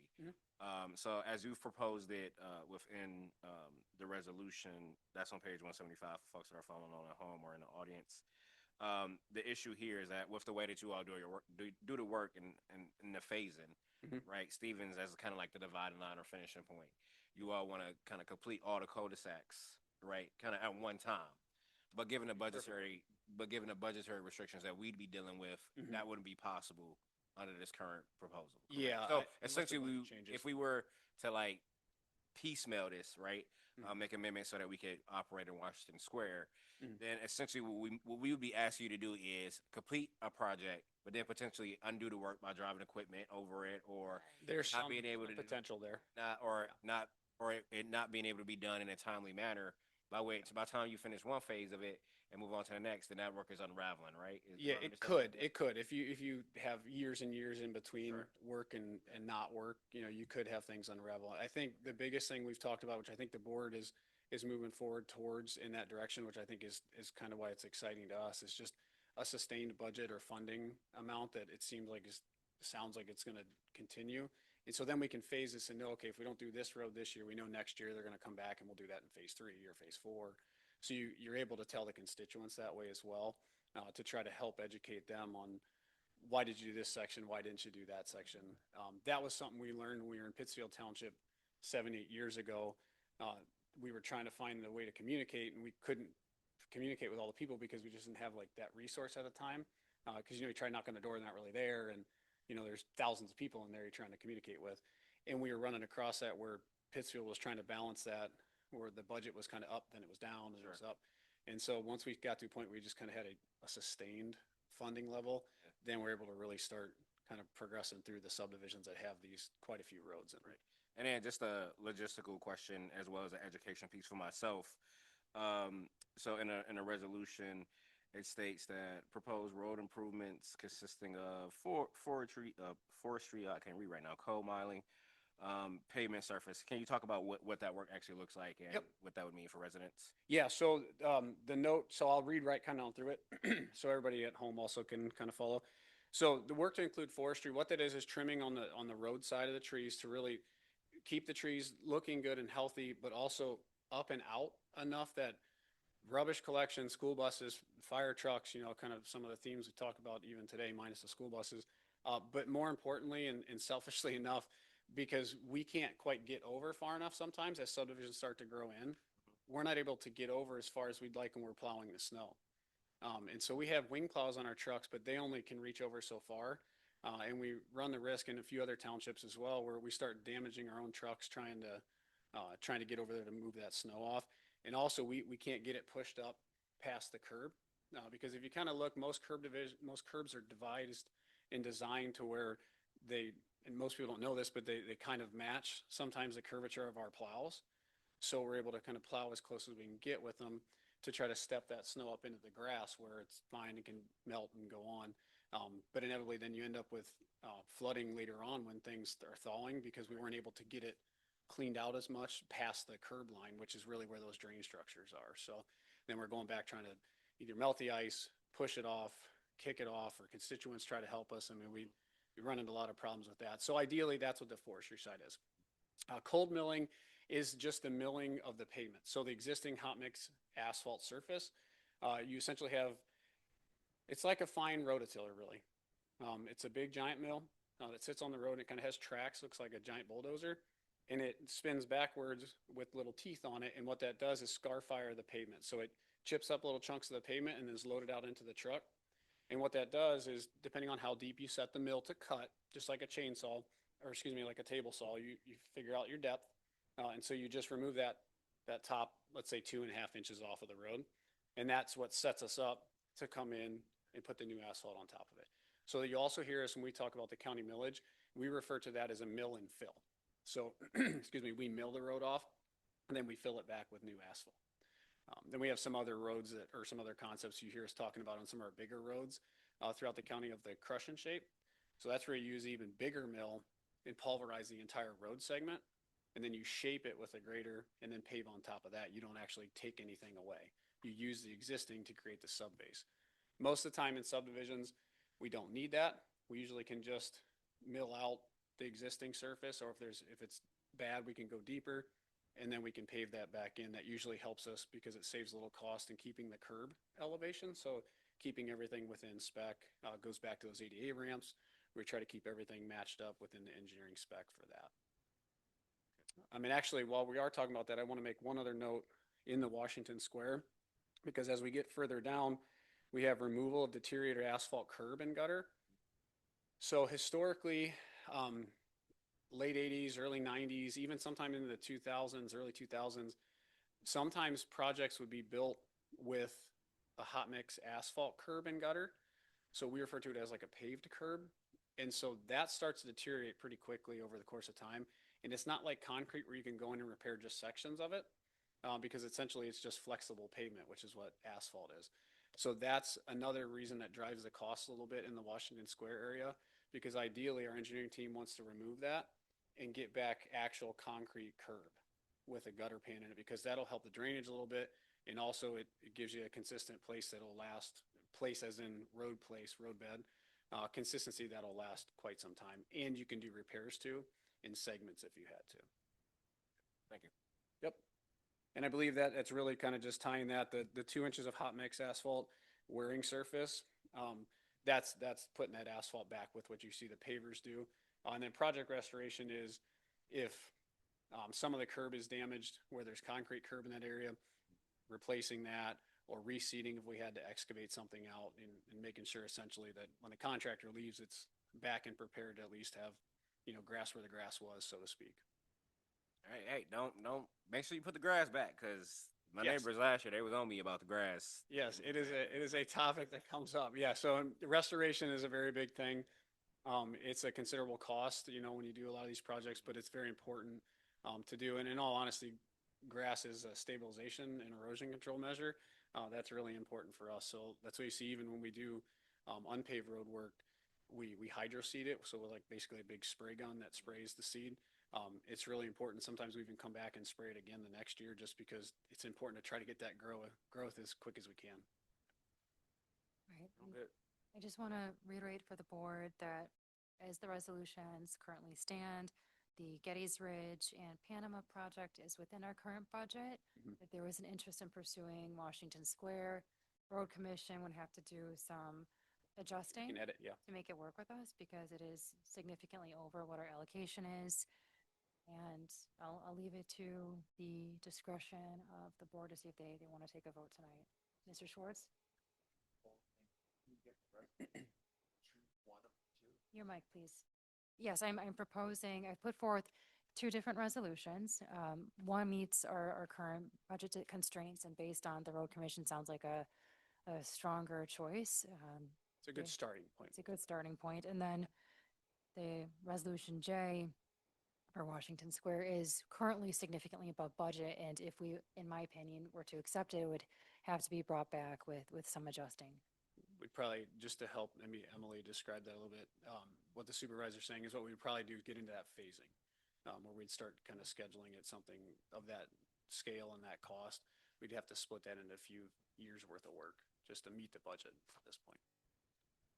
But with the Panama resolution, that's because I guess what I want to make sure before we decide if we're going to take a vote or not is that with the phase-in for Panama, that's essentially committed to two years of work, right? I understand. No, so Right. the Getty's Ridge, the Panama would be completed this year. Okay. Getty's Ridge would be, my recommendation would next year come back and get, Ascot Drive and Arlington Drive. That would be my recommendation next year, is to plan on doing that. Okay. Probably comparable, if not less cost, just because it's less physical area. To isolate that in 2027, finish that part, and then start another portion somewhere else. Right. Okay. So, Yeah. and in Washington Square, it seems like it's going to be a longer project. Quite a That's gonna require significant funding. And I guess the thought that's coming to my mind is measure twice, cut once. So I want to make sure that we can do the project right. Yes. We're not potentially overdoing the work, and the residents within Washington Square are getting a quality remake on. And that's very good thought process. If the board or a roads committee gets started, that is a thought process that we probably recommend with everybody. And so if you guys are kind of catching that early on in the process, you're going to be in a good place as we move it forward. Funding will always change too. We know road funding is going to improve. Yep. So that's good. That's kind of why we went from 2 million to 4 million across the county this year for the matching program. So we know the roads fund's going to get help here in the next year or so. We just don't know yet because we haven't physically watched it come into the road commission account yet. So we have that line item. It's called the Neighborhood Roads Fund. They're working through it in Lansing right now, but some of the new marijuana and consumer tax, corporate tax, will inevitably help us in the local roads, so the Neighborhood Roads Fund. We have it in our budget documents as zero. Right now, we hope it turns into millions at some point, but we have to wait until we actually can see that and recognize it. We won't recognize that probably until 2027. That inevitably will help townships, period. We just not sure how much and when. We just know that it's going to help us. So starting a process now is going to set us up to probably be able to do even more work as we go. But I think the thought process of measure it once, do it right one time, set you up for 10, 20 years with some maintenance in between, and then it's going to help you in the long run because there's quite a few roads we have to do. So what exactly is your recommendation? My recommendation personally, I would recommend the option one that's kind of fitting in the budget constraints this year. Just simply to get the process going. It starts us into a little bit of phasing to prepare us for 2027, since it is just even 2 other roads for 2027, that helps us establish. So if any new members come on the board or roads advisory committee or anything like that is established, there's already a little bit of the snowball rolling down the hill. And it kind of starts us planning a little bit into the future. I use that as kind of a trigger point and just guesstimated out into 2041. We have plenty of work in front of us, but if we do it this year with option one, that gives us a chance to start isolating some of that. And the biggest thing is having funding. And if we do that, we're in a good starting place. What's your pleasure, board? I'm okay with option one. Ms. Devereaux? So just one question that I had, you mentioned, Mr. Late, that Arlington and Ascot would be something we would look at in 2027. And apologies if I'm just reading this incorrectly, but we've got Arlington Drive listed in this resolution. So I just want to make sure that it looks like we're looking at things. So it says like Andover Drive to Abbey Lane, but then it says Abbey Lane again. So I just want to make sure that I understand what's included I can help. for this yes. year. Yep. And so to help, and I apologize, I've kind of taken for granted that we've kind of talked about it for, and I'm sorry for that. So It's okay. let me walk you guys through that. As you'll read it on ours, where the document that says draft. So it says roads to include. It has Andover, comma, the Getty's Ridge to Ashley. That's kind of the 2 in the from. And so then you have Abbey Lane, comma, and then Arlington Drive south to the end of the road. So that's kind of the 2 in the from there. And then you have Abbey Lane, Arlington Drive. Oops, excuse me, I skipped one. Ashley Drive from Andover to Abbey Lane. That's the 2 in the from there. So in theory, we'd still have actually the Ascot and Arlington to actually perform the work on in 2027. And we would be using different 2 and froms for next year. Okay. So we're doing a portion of Arlington this year. Because I still see Arlington Drive. It says Yeah, Arlington, they're, South yeah, Savannah. I'm sorry, yes. So in theory, they'll encapsulate that, call it the north, just call it the northeast section of that. There's, probably 600 feet, 400 feet or so, that they'll probably connect that dot as they're going through there this year. So sorry for any confusion. Oh, no, that's okay. I just want to make It's sure I hard to understand label what's roads in included. font. I really would like if we had maps where we could like point, but it's a legal document. It kind of makes it less than desirable. Option one and get started this year. I would like to see us do option one and get started this year. I agree. I don't want to wait till next year. I would like to get started this It year. feels higher impact to me as well. Mr. Schwartz? Adam, thank you for coming tonight. yeah, This was a really good discussion. Yeah. We haven't had it for a couple of years since Road Commission kind of stopped going to the townships. A few Yeah, years COVID was a ago. big change for us. But I agree that option one probably makes the most sense because one, Panama, which is a sub, will be completely done. Yeah. And you're out of there. Mhm. Okay. And then on Getty's Ridge, I would have preferred to start from the west to the east, but this is fine. Just as long as the board, We discussed that too, and he can chime in about that. well, it Yeah. doesn't matter. Okay. But the board has to be prepared to understand that next year we should absolutely be doing the west part of Getty's Ridge. Mhm. And do not forget that. Then that's another sub that's completely done. Yeah, agreed. Just Yeah. quickly touch on the strategy and what was presented in Getty's Ridge. Really, the easiest part is trying to get as much as we can for the price. So essentially longer segments is really what it came down to when the team was planning upstairs. And we kind of conveyed some of that to Steve and to Emily, that just trying to encapsulate the longest areas we can get, easy in, easy out, and kind of starting that paint in the corner and go away from it. Where next year will just be a loop and then they're out of the And subdivision. I think there was also some urgency in taking care of those roads first to best preserve them, so Yeah, the repair wouldn't become more significant. Yes, yes. So trying to manage that where they're still in relatively decent shape, from visual inspection where we can take care of that, because a lot of times we talk about once a road gets to poor, it stays poor. But before a road gets itself to poor, that's where you want to try to get there as best you can or as soon as you can, because you could get to a point where you have to mill out more asphalt.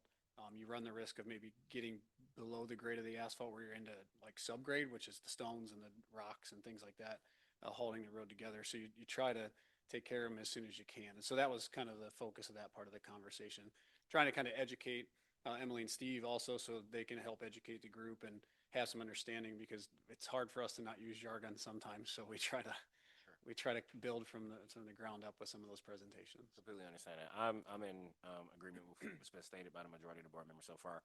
I did just want to make sure that the intent of this board is understood, which is that the point of starting with this project, if the resolution is to pass today, is to set us up for sustainable road, maintenance over a long period of time. And I just want to make sure that is the intent of this body, because I know we've had a lot of conversations around road maintenance and trying to get out in front of these things.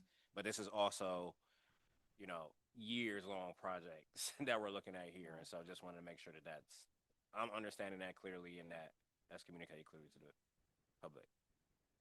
I mean, my only concern is the fact that, to Mr. Lape's point, we have a lot of road within subdivisions that we do not have funding, like over the course of the next X number of years, 10 years, 15, whatever, to be able to actually do this, across the township. So I think this is a great project. And we've talked about different projects that we could prioritize this year. I do want to make sure that we don't lose sight of the need to take a look at our road infrastructure and conditions holistically and have a way. And if the road commission can't do it for us, that's fine. But we need to have a way, in my opinion, of comparing unpaved and paved roads and making a decision about okay, how are we prioritizing which projects we're going to pick every year? Because Adam, I remember when you came and talked to us in the fall, there are some unpaved projects that you were pushing pretty hard on, hey, we probably should do this, for 2026 and we're not doing it. Yeah, And that's they don't okay. feel- Right, they don't But feel. I still think we're missing the ability to prioritize, to compare, and to do that against an objective criteria. Right. So I just want to make sure we get together. What would you Yeah. like to see that to make you Tonight? comfortable? Oh no, tonight I'm good to go. Tonight I'm good to go. I actually think this looks really good. But the thing that I just want to point out is that we do still need to, as a board, have a working session or something to come up with a way to prioritize and stack rank in the future. Yep, I would recommend maybe reaching out to a few, and I can help with this through Emily and Steve. Talk to some of the townships that have either used a roads advisory group or committee, and how they went about that. So an example, most recently, Webster Township, once they started a millage, which you don't have to have a millage to do this, but the roads advisory, yeah, I didn't. We don't like I that. don't want to swear on the podium, sorry. We don't like that word. Yeah, well, bad take word. that off the record. But all jokes aside, where maybe if you establish a group like that, they actually broke it amongst their roads committee group to just go out and drive certain sections. So person A had this area, person B had this quadrant, just to get some familiarity with it. And then we were able to kind of help coach them on that of, okay, the main thing is drainage on an unpaved road, and are the trees out of the way? And so that things like that kind of help you where you can establish that. We can help coach through that. I want to point out too, for the sake of the public, a lot of folks rely on the PACER ratings to Mhm. get a sense of what conditions things are in. But in a township like Superior, where so much is unpaved, Mhm. there's a lot that's missing from that map, Yeah. which I think can distort perception around where our assets actually are. Agreed. Yeah. And I think as you move forward, starting to establish budget, I think is number one. Yeah. And even if it's just, let's say, $100,000, you establish that, make that a bit of a routine, because then it's for new board members understand this is what we do each year. And then incrementally over time, find creative ways to make it 200,000, make it 140,000, whatever the case may be. I'm just kind of using an example from some of the townships that were smaller, literally started with like $70,000. We used to have a road committee Okay. and we had someone from the road, we had members of the community and someone from the road committee, and he passed. I can't think, he probably, what's his name? I don't know who you're On talking the road committee, I can't think of his name, but we, about. About Doug Fuller? yeah, Doug Fuller Oh, he was on the roads committee? with us. Oh, and he oh, used to okay, I Drive didn't know that. around with road commission. Yeah, used he to was with drive our- around with us. Yes. So what we would do in those cases, I've taken, roads committees out with me that I could fit. That's why we have Tahoes and things like that, SUVs that we'll take those people around because it's also not order of operations. You're not out of quorum or anything when a committee's meeting. So we can educate that committee. York Township, historically what we've done is we'll rent a bus once a year, just a small little limousine bus, and take the roads group kind of through the area.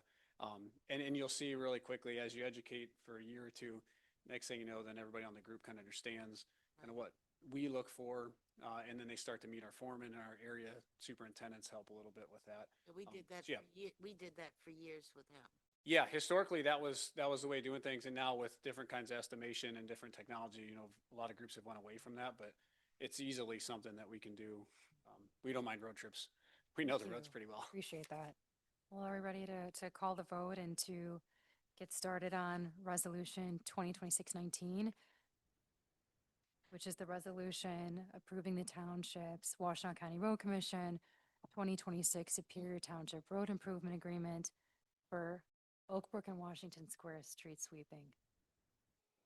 I have a question. I'm sorry. I really, really want to vote and move on. And on Also bring it back. Yeah, on this one, well, I'm curious if we could delay this one because I really thought that Mr. Lape's point around different equipment being an option, and I'm wondering if, given the issues in these neighborhoods tend to primarily be outside of the May through September timeframe, it would be great if we could just take a look at some quotes so that we could see if we did want to do something with leaves and sticks that would actually solve some of the drainage issues. Could we look at what that would cost us? Because I think that would, based on what I know, it sounds like that's going to be more effective than sweeping May through September on these streets. I think, Really, that's what I hear as well. I think in the fall, I think that you'd be coming more through. successful, if you had a program like that in the fall and Right. spent your, Yeah. essentially spent your $20,300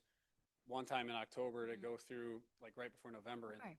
and suck all the curb lines if Cool. people, because we see stuff even when we went out this winter, remnants of leaves that you could tell laid throughout the winter, so. I'm in favor of, Yeah. of holding this then, I and move to bringing it postpone. back next month. I don't understand the rationale why we're postponing it. That there may be other effective tools to deal with the serious falling of leaves, since the tools at the disposal of the county road commission aren't necessarily intended for heavy Aren't we talking people. about those methods being employed in October and November? But Yes. Yeah, understanding that so we why have a can't limited that budget. wait and then we can get people that are street cleaning now? Because if the street cleaning that we're putting in place now doesn't solve the problem, we can use the It will solve- $20,000. It will solve the summer problem, but, Do we have a summer problem? well, just the ordinary cleaning of the streets is a summer issue. I'm really worried about the drains. That's what I'm really concerned about. So if we are budget constrained, I'm just like, can we put our $20,000 to better use? And if the answer is no in the May meeting, and this still is the best use of 20 grand, then let's do it. The drains have always, will clog. They need to be, de-leafed in some way. Yeah. But I have a worked lot of with the road homeowners commission. take care of that themselves, and We never it had would, problems. if the option was be clean the drains or clean the streets, I'd be clean the streets. I mean, I think we should just go forward tonight, but if you want to hold off, I don't really have a big deal about it. But I think what you're looking at is something that would probably be implemented in the summer for the fall. Like in Ann Arbor, like, for those who have not lived in this township very long, when October comes and November comes, you'll see some people have 50 bags of leaves in front of their house to be transported out of here. Yeah. They can't, the road commission or we can't hire a contractor that could stop all that leaf from falling and blowing.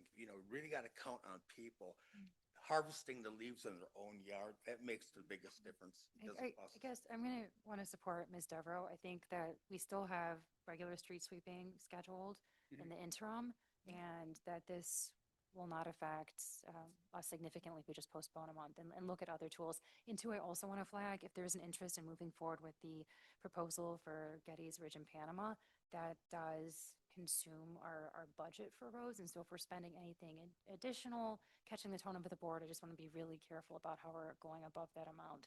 I'm comfortable we- with holding out on. We can hold, but aren't we only voting on street sweeping for the summer? This particular resolution, yeah, and considering the amount, yeah, thank you. All right, so I'd like to please bring that back in a month.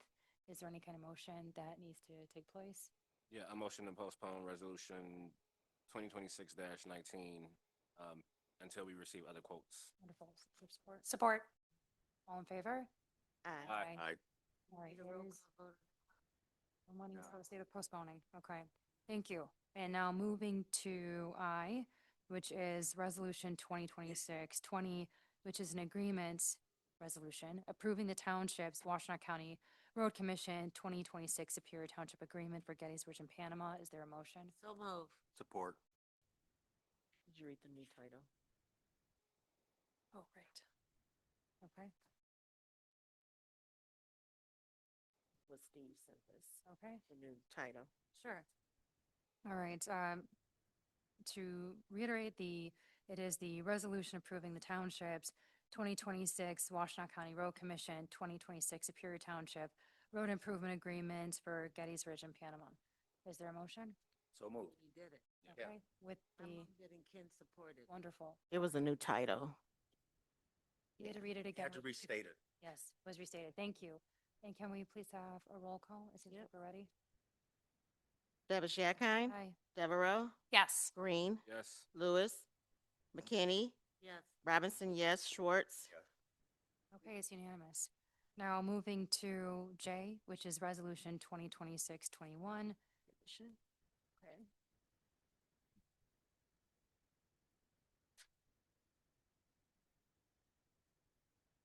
You want to hold a vote on 21? Yep, so this is J, which is a resolution approving the township's Washtenaw County Road Commission 2026 Superior Township Road Improvement Agreement for Washington Square subdivision.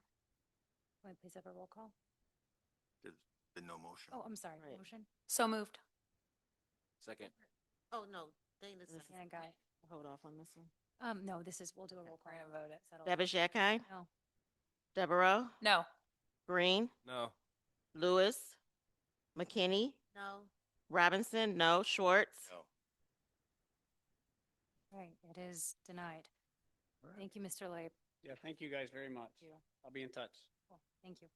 All right, moving to K, motion to approve transient and amusement enterprises activity permit application for the Dixboro Village Green, Inc., DBA, Dixboro Farmers Market, for the Dixboro Artisan Market and Cars on the Green.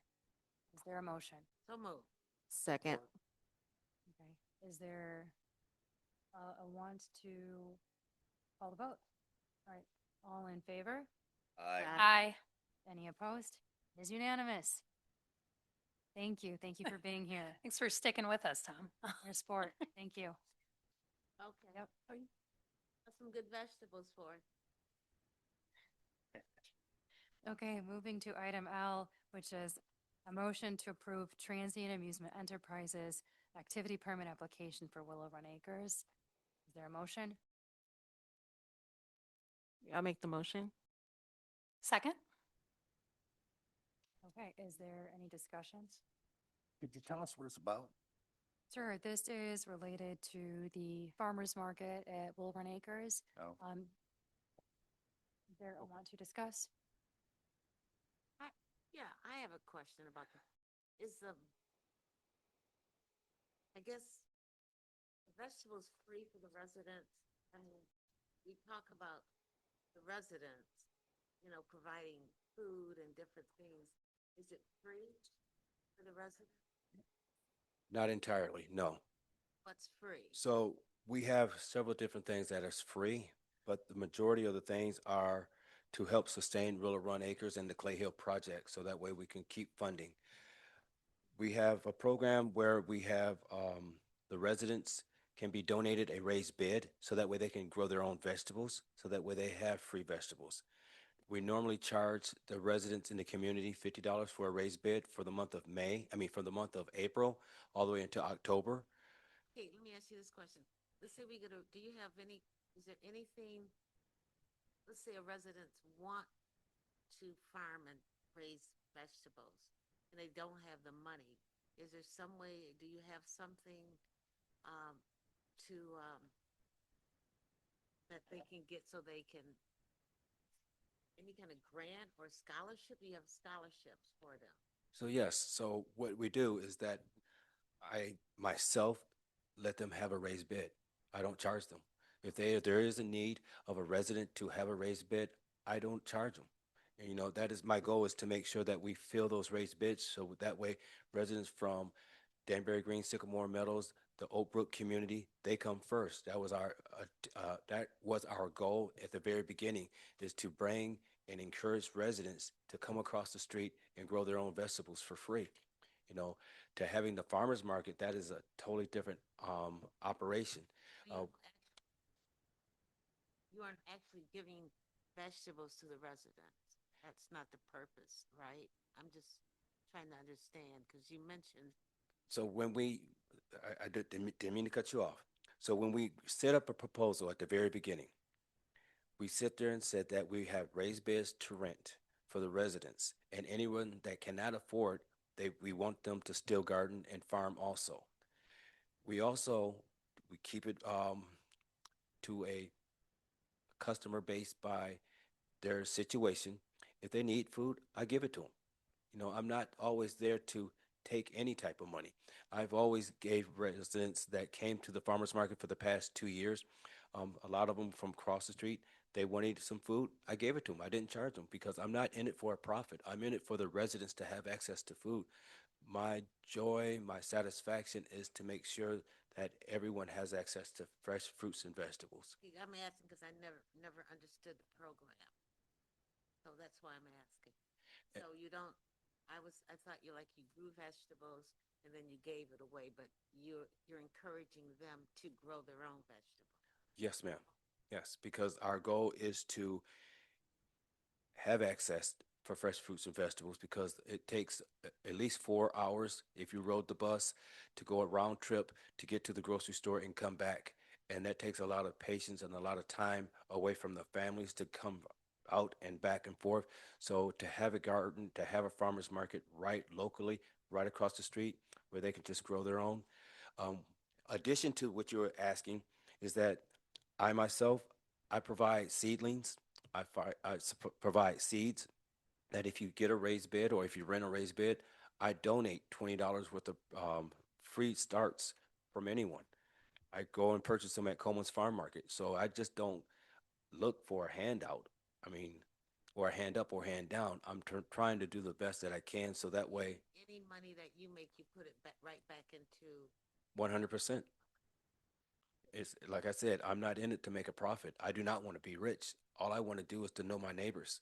I want them to see something that is not given to them because anything that's above Geddes Road, they don't provide gardening. They don't provide farming to the local community. Anything that they grow on the north side of Geddes Road goes overseas and it goes to other communities outside our community. So I'm trying to provide something right here locally.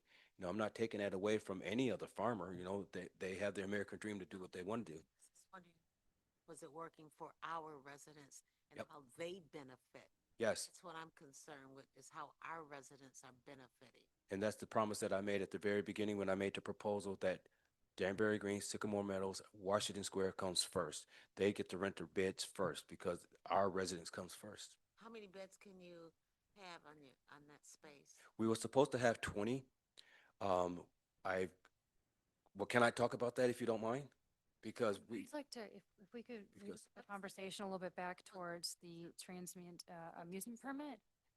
Isn't it out for discussion after this anyway? So separately, after this, there is a discussion regarding the Clay Hill soil testing, to have a discussion of the findings and options, which the board requested, and we've brought back a few ideas and a couple of quotes. And so just, you know, rather than just, you know, thank you for wanting to get some clarity and get into an overview of the project. But this unique items, this is explicitly related to the farmer's market. So is there any discussion? Sorry, I went to the bathroom, so I'm just trying to catch up. Yep. We had a We're little bit of just got- convo and we're just really starting around the resolution. Okay, but on the amusement. Yes. Yeah. Yes. Okay. Now we're talking about the application. 4 was more like Clay Hill info. Okay, thank you. Sorry, TC, I really have to go to the bathroom, so I apologize. Okay, I'm caught up now. Okay, are there any questions or discussion regarding the permit? Yeah, so, TC knows this because we've had a lot of conversations and I've visited the farmer stand several times. So I think my thing now is as far as like the area plan and the site plan, and that's why I brought it up at the beginning of the conversation because I wanted to make sure I understood it correctly and understanding what TC's mission is as far as supporting the community across the street, right, and making sure that folks have access to fresh produce. I mean, as a public health person, I think about food deserts, and I think that's what TC is trying to address. So, one of the biggest concerns that I have, and I'm asking this as a question generally to the board because this is something that I have not been able to comprehend since sitting on this board, is that I'm confused as to. I mean, there's really only a simple way to say this. I'm confused as to what has been verbally communicated to TC versus what has been written versus what the expectations have been. And so I am trying to understand that so that I can make an informed decision because I want to be consistent. But I also don't want to penalize him for something that may have been a previous board's fault or this board's fault, quite frankly, because we kind of came in and it was a lot happening. So I just want to make sure that we're consistent with the decision making while also not penalizing TC or the residents for something that may potentially be this board's fault. Sure. Mr. Collins? Could I speak on that if you don't mind, please? When we gave the proposal at the very beginning, and it is in the minutes, and I'm not here to point fingers, but Mr. Ken Swartz sit there and said, and he gave his word that he'd come out and volunteer, and he approved it. And he sit there and said that he's in favor of it. And what we did is that we tried to build Clay Hill Community Farm and Garden. The only problem that we did have is that clearing the debris out there. You know, there was a pile of trees that was cleared off and it took a lot longer and that delayed us a little bit. But at the same time, if the supervisor at that time gave his word and he said that he was in favor of it, that he was going to come out and volunteer, he has never came down and volunteered. All he did is, excuse me, I'm talking, sir. It's on the minutes. Please. It is on the minutes. Respect, okay? So I think when it's, that, but I think but- your obligation is. to but- contact but- it. Mr. Schwartz and Mr. Collins, but- please, for the chair. what I'm trying to say is that when I came to the township and I was invited, they said that there's land available and what would you like to do? Put everything on the board. And I said, okay, and I'm not talking about the board here, I'm talking about on paper. I wanted to have some animals, I wanted to grow some vegetables and some fruit. I put the whole 9 yards in there because this was my first rodeo. But after it got reworded and sit there and said that, no, you can't have the animals, wait 5 years and then we can come back to that because all I wanted to have is some alpacas, some chickens and some quails. So that way we have fresh eggs for the community. And fresh wool, so that way we can make socks because I know how to knit. I didn't want to have cows. I didn't want to have pigs because they have a nuisance of odor. So I just wanted to keep it plain and simple. So we were offered to take the land right next to the library. That land was not feasible for us because it does not address Washington Square. It does not address Danbury Green, Sycamore Meadow. So we stayed on the bus line. That was the prime area that I wanted to help develop that area.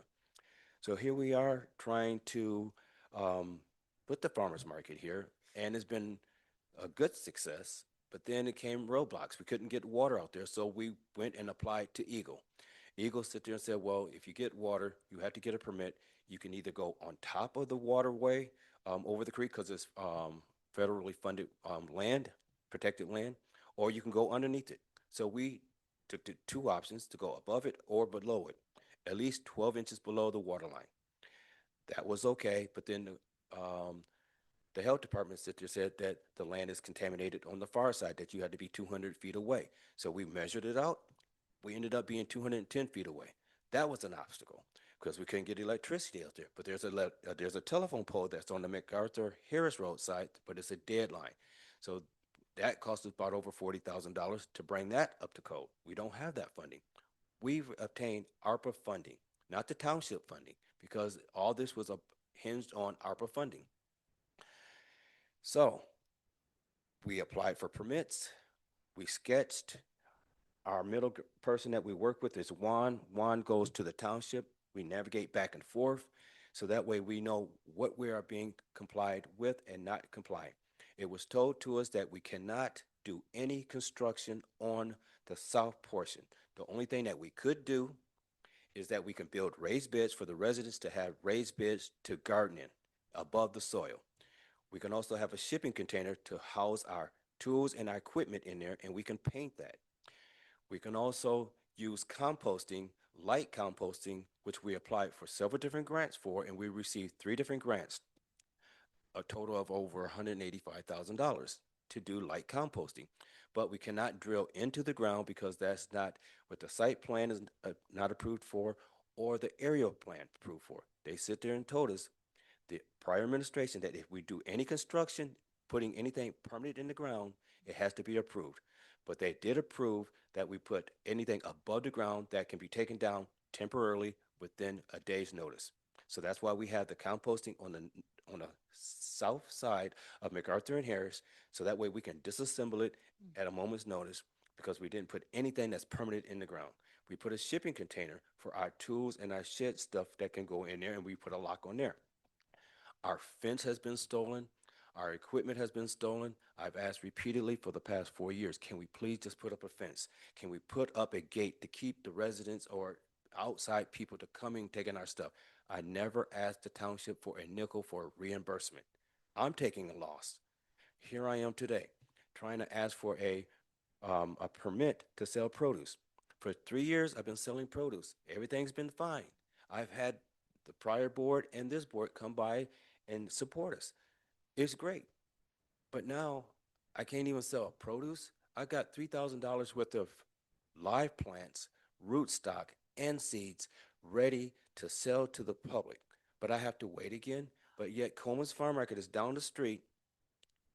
going to be able to sell theirs. I have Dexboro getting ready to sell theirs, but I'm going to sit here with my arms tied and just say, well, wait a minute. Area plan, site plan cannot get approved. You have to stop everything on the south side. I got residents threatening me to sue me because I can't even build a handicap accessible raised bed. I'm disabled myself, and I'm trying to make myself able to support our community. I love our community. I don't know which way to go because I'm compliant, but I'm not compliant. But I got the compliant from the former township. And I'm dug in a rabbit's hole of being a farmer. Okay. My own son is crying because he does not want to support this anymore because this gentleman right here has been so hateful that he doesn't want me to farm. TC, Farmer TC, let's focus the comments directed at the board. Okay, so I appreciate the backstory. Again, I appreciate the efforts that you've given so far. Explain to me why, and Madam Supervisor, maybe this is a better area for you to step in. Okay. Why is the current area site plan, that's expired, right? So, The area plan was, excuse me, area plan, thank you. it needs to be amended. There are a variety of outstanding items, including items and reviews from county roads, water commission. I believe that you have that list. Mr. Bradford has that list and has now reviewed it. So there's an area plan amendment at this point, the planning commission, just in a couple of days. And if everything wraps up swiftly, could be a area plan later coming to the board for our approval. I would estimate in May, and a site plan would come in thereafter. I am sympathetic to what Mr. Collins is saying, and that the board encouraged to an extent different activities, different plantings, and at the same time, the project was out of compliance. For me, my concern would mostly be around the next discussion that we're having, which is around soil testing, confirming whether the produce is fit for folks to enjoy, to consume. And so I think that, to me, there's the compliance issue, but I think that there have been mixed messages. I think that that's extraordinarily fair.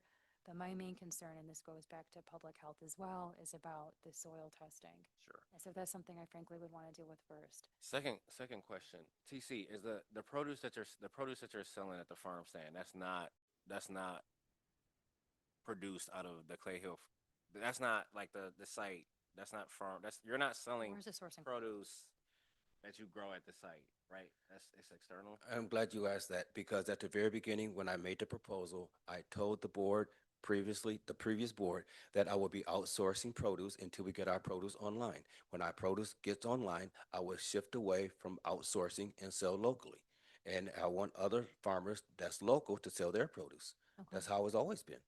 Okay, and the produce in the raised beds, that's from residents are growing from the raised beds. The concern there with the soil testing is that there's not enough of a difference between where the raised beds currently are in the ground, which could lead to potential contamination. But we had people that was here that we have minutes that sit there and said that the contaminants is below surface in one small area that's on the far south end. And we sit there and we had the discussions with Eagle, we had the discussions with the township and also the health department, that if we put a structure on the small contaminated area and we make sure that we do not grow anything on that area, then it's a go. And that's why we started going forward, because we was putting the structure on the contaminated area. And it's an area that's only 18 feet. That's what we were told. And here I am stuck because I got the impression and the word from the township, go ahead and go. Yeah. I would not have asked the township to keep going forward. I could have sit there and went somewhere else, because I'm just saying that the administration, they have several board members, and if they all said yes, they approved it. And if they knew that it was contaminated land and let me grow on contaminated land, then I got hoodwinked. And the soil is contaminated below. I'm putting new soil above it, and I'm building and I'm making compost on site. I hear your Mr. Collins, I think Ms. Devereaux would like to ask you a question. So, well, actually, I just wanted to highlight, and I'm happy to continue in the next discussion item around the soil testing. The primary problem, and then I have an idea for a proposal for how we might move this particular piece forward. But the issue with the soil testing is that they didn't test the whole property. They tested in one very concentrated area. So when they say, when the original report says this area is contaminated, it's the only area they tested. So they did not test very far out from where that building sat. So they don't, and they didn't test for the right stuff either. They didn't test for the right I can probably understand that, but the way I got the interpretation, and I got it from the township themselves, and they sit there and said that this is a checkoff Yeah. here, here, and here, but all I'm saying is that I got 2 months left. We already asked for an extension last year, and here we are now going into May. And if I can't get the next extension the next 2 months, all this is wasted. The whole community is, I got so much pressure from the community, the board, my own family, and my own legacy. All I want to do is grow and farm. And what's interesting about this is that how is it that all of a sudden now I'm not in compliant with anything that I've been complying? That's the whole thing that I just don't understand. I think the issue is that there was an awareness that you had begun operations, but the project was never in compliance. But I'm just asking, how is it that we got this far 2 years later that all of a sudden it just, here's a rock, it's under compliant? I mean, how does it just all of a sudden get to that point that we spent this much time to clear it, to provide it, to get grants, to go to different agencies? I mean, from to township, to county, to the health department, to the federal level. I mean, I went to so many doors to open, and here now I'm right So back here. my wish is to bring this into compliance as quickly as possible and to work with you, to continue to work with Mr. Bradford, and to go through these processes over the next 2-3 months. I think that what you're sharing about bringing in fruits and vegetables and items to sell from other sites that people will consume puts me at ease. I'm most concerned, frankly, about the soil, about the toxicology, and ensuring that our residents and visitors are only consuming safe things. I would be comfortable with a permit moving forward for activity on this site if it does not include items sourced from the site until we get the soil testing figured out. And then, two, that would be more so into compliance because the permit would be a separate function from the area plan and the site plan. If you are primarily sourcing from the property, the permit use and the approval would be, it wouldn't necessarily be appropriate to approve because it would be an accessory to the site plan. But if these items are separated out and you were to be selling from other sources while we're getting the soil figured out, I think that it would be a safer move and would be more appropriate for us to approve that. I just want to make sure I'm understanding correctly, because I think I understand where you're going, but I just want to make sure I'm understanding correctly. Please, yeah. So are you suggesting that we could make a motion to approve the permit, given that he's only selling externally from external crop from the site? And then the soil discussion, that's separate. Yeah. Can I ask a question on that, please? Please. So everything that I'm growing on the farm side that's in the north on Harris Road, that hasn't even begun to be online yet. Okay, so then. So that, would work but out. but see, we're mixing two different things here because everything that's on the south side, I don't sell any produce on that side. I don't even have anything growing on that side because I was told not to do anything on that side. The only thing I'm making over there is compost, the residents having raised beds. The produce that I have that I'm asking for a permit for is on the Harris Road side. That's closer to the library. But we still want to confirm that that soil is fit for folks to have food grown from. So I'm kind of lost there because it's like I got a whole field that I'm getting ready to develop, and you're telling me, are you saying no to not growing that? Because I'm totally mixed up. I'm not either. I'm not I'm either. not. Mr. Green, can you help me with Yeah, this? so this is essentially what the board is discussing right now. So what we're talking about is that, and I want to tell me if I'm understanding this wrongly, but what supervisor is suggesting is that you would still be able to sell from the farmer's market. That's the permit that's in here today, right? You would still be able to sell from the farmer's market, given that the produce that you sell from there is external, right? Which is what you had already been doing, correct? Both. Okay, all right, well, okay, but for the sake of this, it's just that it's just external. That way you can still sell and generate, right, revenue. Okay, as far as the beds, right? What we want to do is, and I understand your point entirely, and I want to say that again, as I stated at the beginning of this conversation, there's a potential oversight from us when we first came into office, as well as previous issues with the last board and how it was discussed. I recognize that you have worked hard on this property. That doesn't mean that we're free of accountability here. So we understand the situation that you're in. Okay, what we're suggesting is we want to make sure that we're in compliance, right? And what the supervisor's suggestion is doing whatever it takes to make sure that we can get you as quickly as possible into compliance with the area plan and the site plan. So And I to ensure think the products are safe. right. So our primary concern is we want to make sure for the produce in the raised beds that is safe. So we want to make sure the whole site is tested, the whole site, not just that sampled area, right? We're recommending that you're still able to that you can still sell from the produce stand, right? Which is what's in here today, given that it's only external stuff and nothing grown from the site. We understand that you don't grow from the raised beds, but we just want to make that explicit because to your point, it's all about the community at the end of the day, right? We want to make sure they're safe. I understand that residents have been using that in the past, and again, we should have been more thorough about that, but we're trying to correct it now. It's not, and we want to move forward, but I think that's what's being proposed. Thank you. Is that clear? Can I say one thing? So does that mean that the residents, can still use those raised beds to grow their produce? No, not currently. So that means that I won't be able to be sustainable for the raised bed program. So how do I generate income to get back on board with that? So- Okay, TC. TC. It's okay. And then I'd like to do something. Would you rather, it's about the community. We want to make sure that they're healthy, right? If mistakes have been made in the past, we want to make sure that we're correcting that. Right now, what we're asking for is the ability to do thorough soil testing across the whole site to ensure that that is not a problem. Okay. If it is not a problem, then we're good to go. Ms. Devereaux?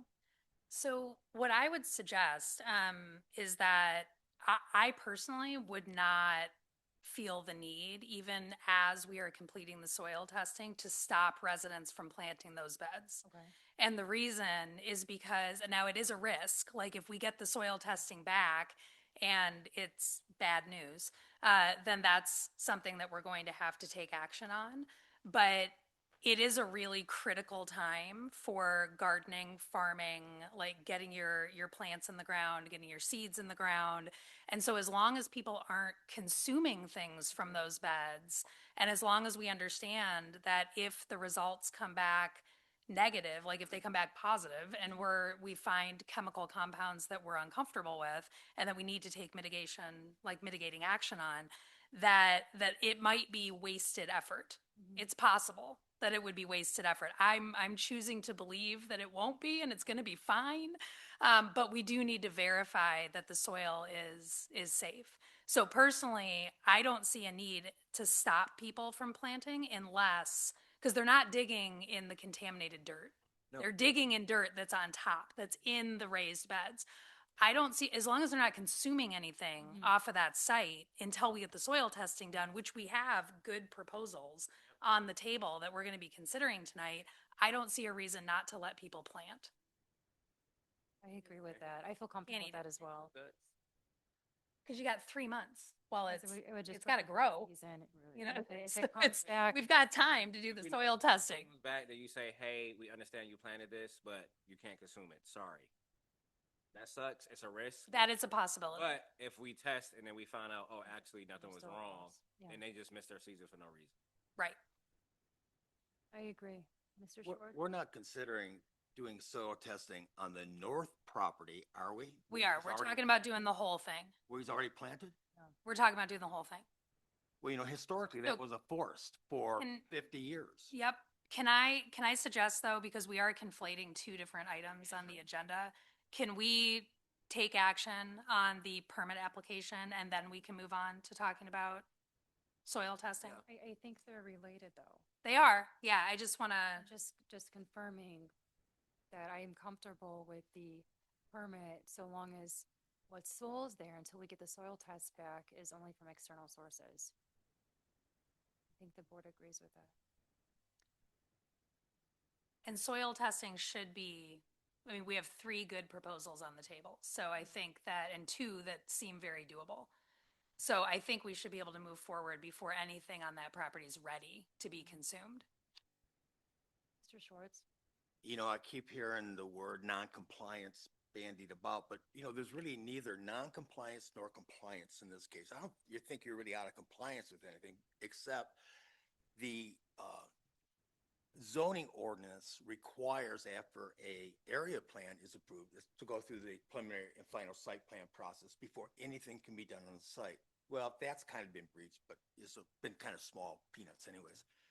But we haven't seen after 3 years any you know, progress on the planning side with the planning commission. And I don't know whose fault it is, but you know, it's been 3 years, and nothing's happened. So we don't do the site plan, you know, that's the responsibility of the property proprietor in this case. So we're waiting for you to present that to the planning commission, then we can act on it. Sure. And the planning commission does the acting on, it. We won't approve the final site plan, the planning commission will do that. Yeah, but So- I guess this is, So we need to have site plans. sure, but I think that if he's using external sources on the permit application, that it's a separate use and we can approve, and I'd want to approve it with the one condition I suggested. I'm not here to bash myself up against the wall with this.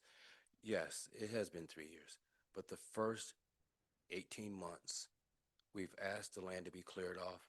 We went repeatedly to the township because it was a safe hazard, and there was debris that was sitting there, and the first group that sit there and cleared it off and left it there, and it was left on us.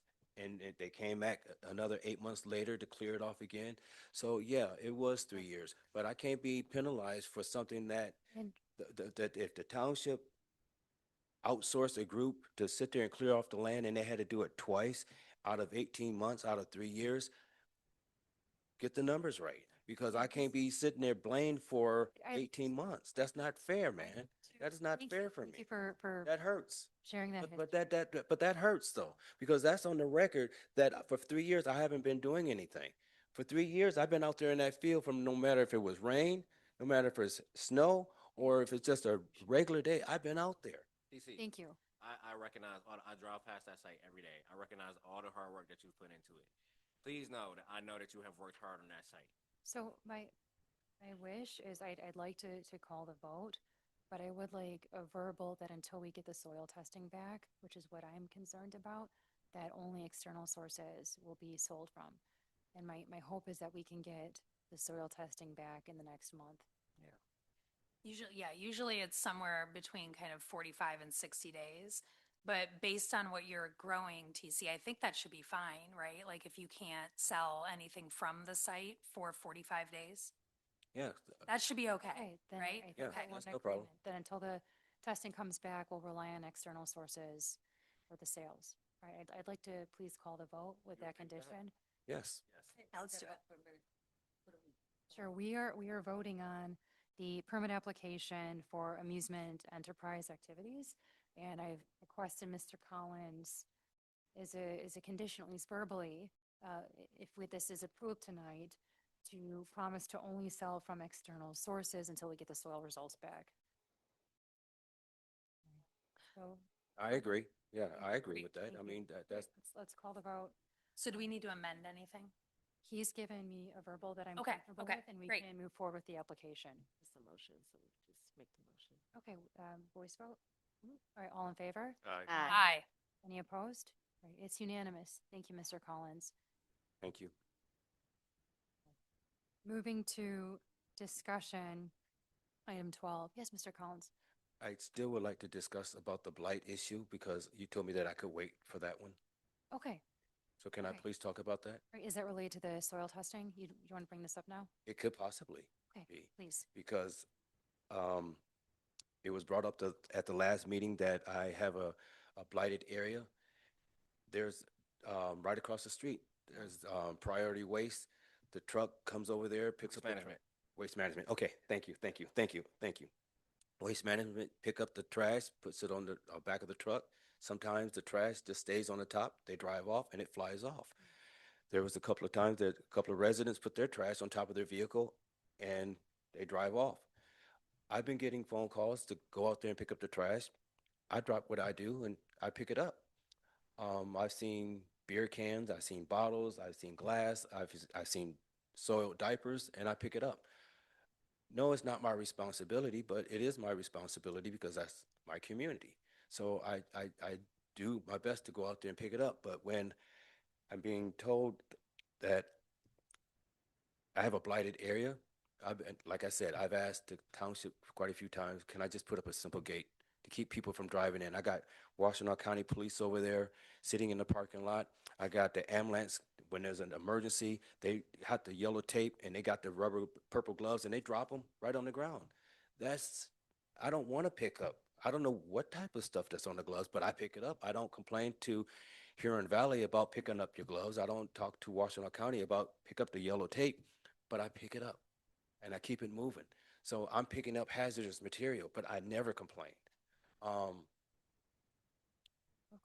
I was told that I cannot do anything on the east side of MacArthur because I had to put a stop to it. But I get all that trash just blows over there. I can't even use a lawnmower over there. So I'm trying to pick it We're up. working on cleaning it up. So, Thank you. And we're working on holding the property owners accountable. So we're good. Thank you for sharing that. I understand that frustration. I would please like to get into the discussion regarding the quotes.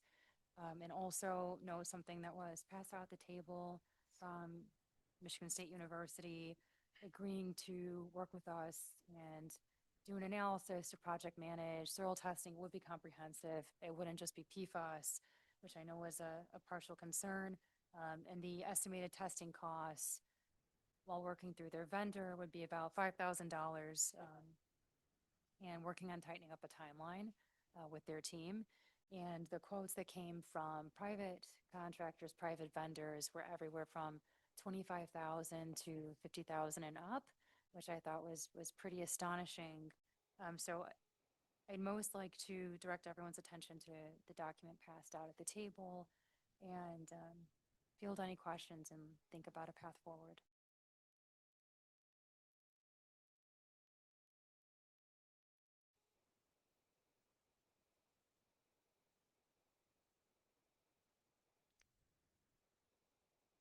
Did you all, when you were talking through this, did you all talk about how many borings this would include?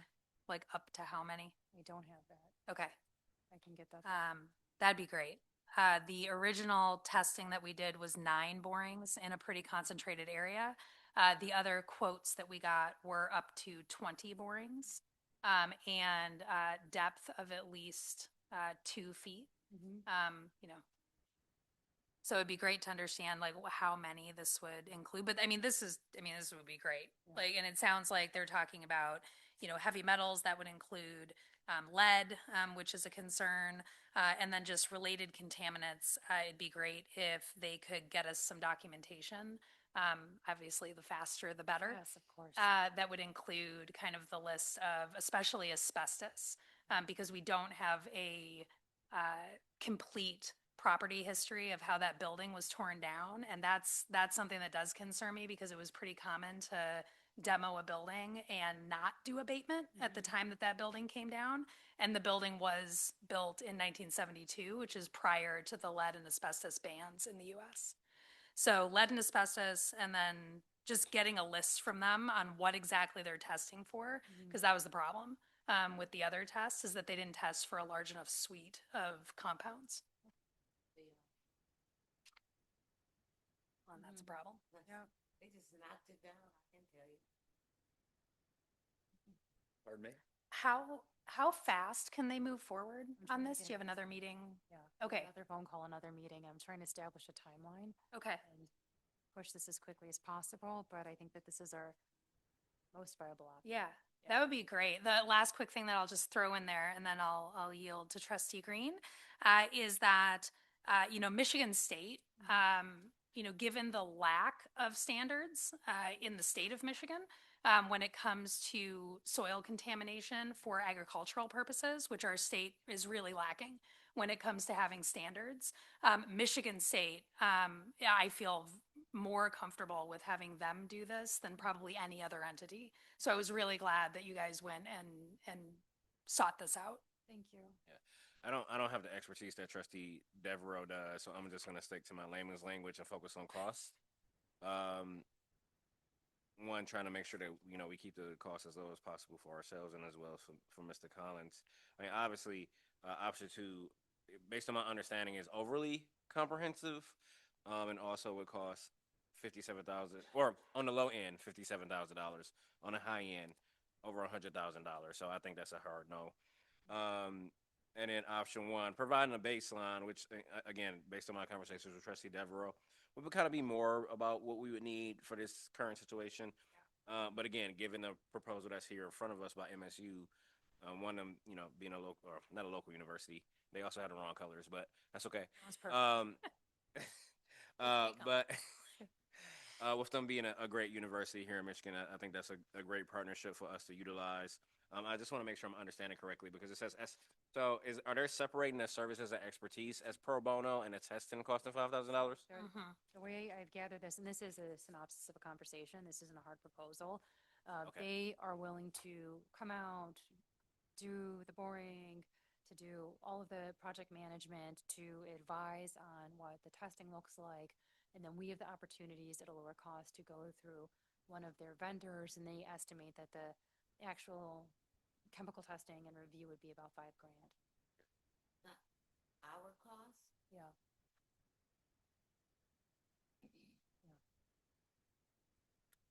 Well, I Mr. favor the Schwartz. MSU contract because, we have MSU Extension Mhm. out on Zeeb Road, so there can be some overlap or good communication between them and Lansing and Yep. them and us.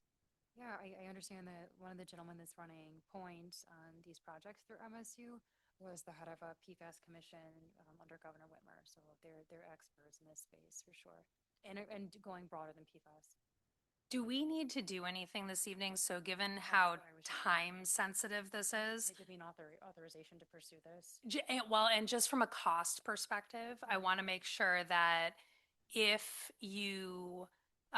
we are happy with what MSU brings forward after a further discovery conversation, that we don't have to wait until the May meeting to commit the funding, Would you? because that's too late. Why don't we do an authorization to spend up to a certain dollar amount? And not to They- exceed. Yeah, $7,500 or something like that to fully cover us? sounds good. Mr. Bradford, I'm sorry. Yeah, a couple questions I had just for point of clarifications. I was kind of confused about something I heard back there. You're talking about testing all 3 sites? Is what was said? Well, where the growing area is, and then also the southern parcel. and- Okay, so you're talking about testing 2 sites, the southeast and the southwest. Mr. Schwartz? Well, there's 3 parcels. Correct. There's 2 parcels on MacArthur. and Correct. One on Harris.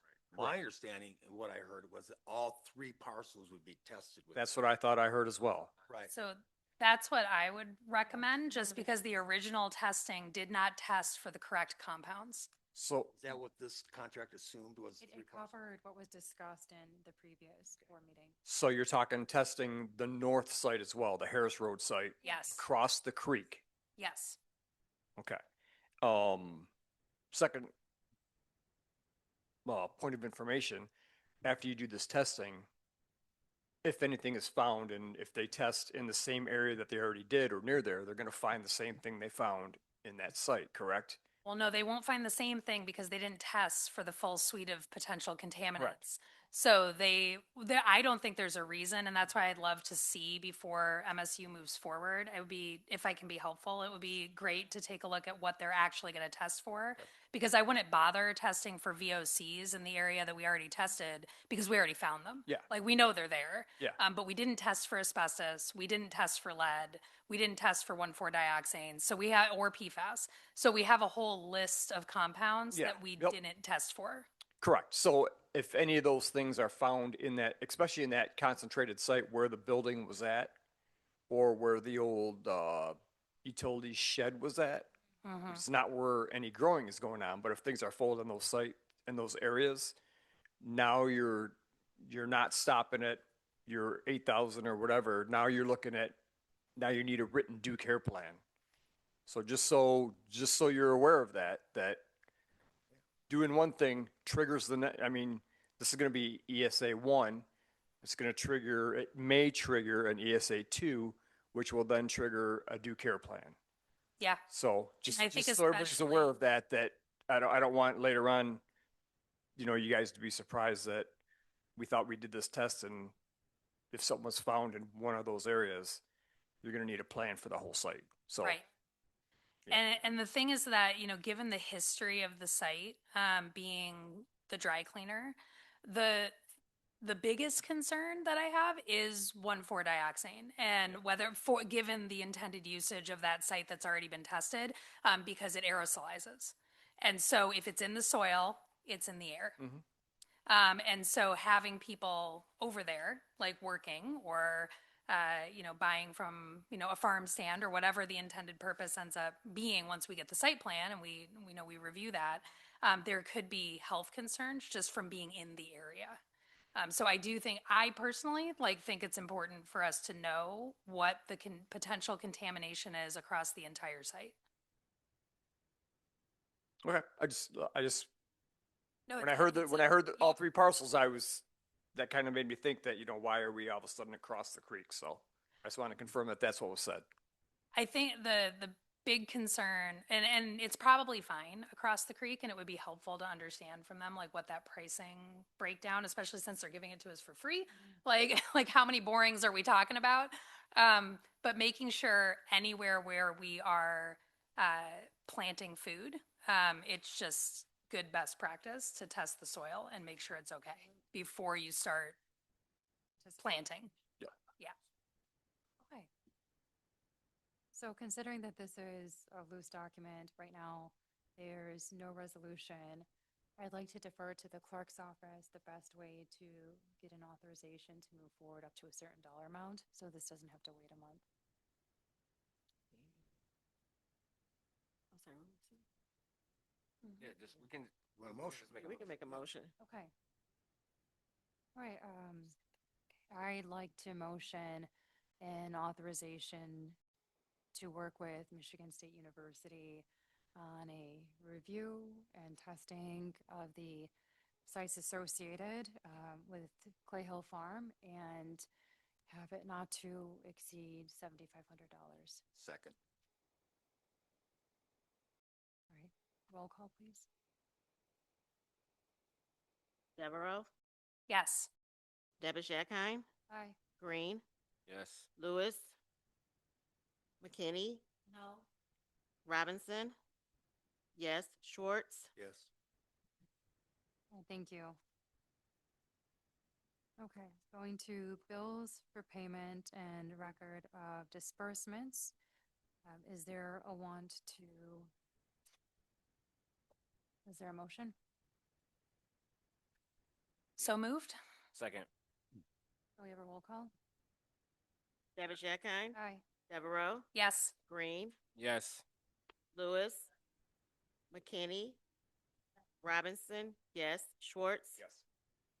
It's unanimous, and now moving to, they needed to go back on something. okay, you need to go back.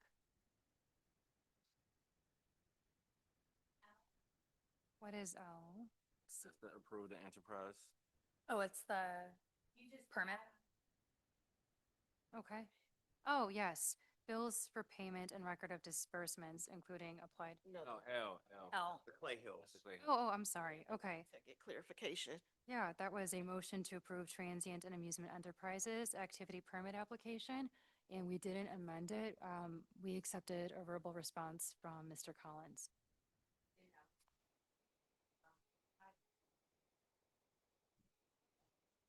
Correct, and I didn't add that to the resolution. I just accepted that verbally. It was just the motion. Yeah, Okay. it was the resolution. All right. Moving to pleas and petitions, if there's, Did you get what you needed? no? you did. Okay. You want me to say it again? All right, going back to L. Motion to approve transient amusement enterprise activity permit application will run acres with, and I was comfortable just With a hearing him verbal say it, consent. with a verbal consent from Mr. Collins not to sell produce grown on site until results of soil testing. Is there a motion? So moved. Second. Okay, all in favor? Aye. Any opposed? It's unanimous. Okay, thanks. Thank you, thank you. All right, moving to pleas and petitions. If there's anything that anyone would like to speak about, please come and join us at the podium and keep your comments to 3 minutes or less, please.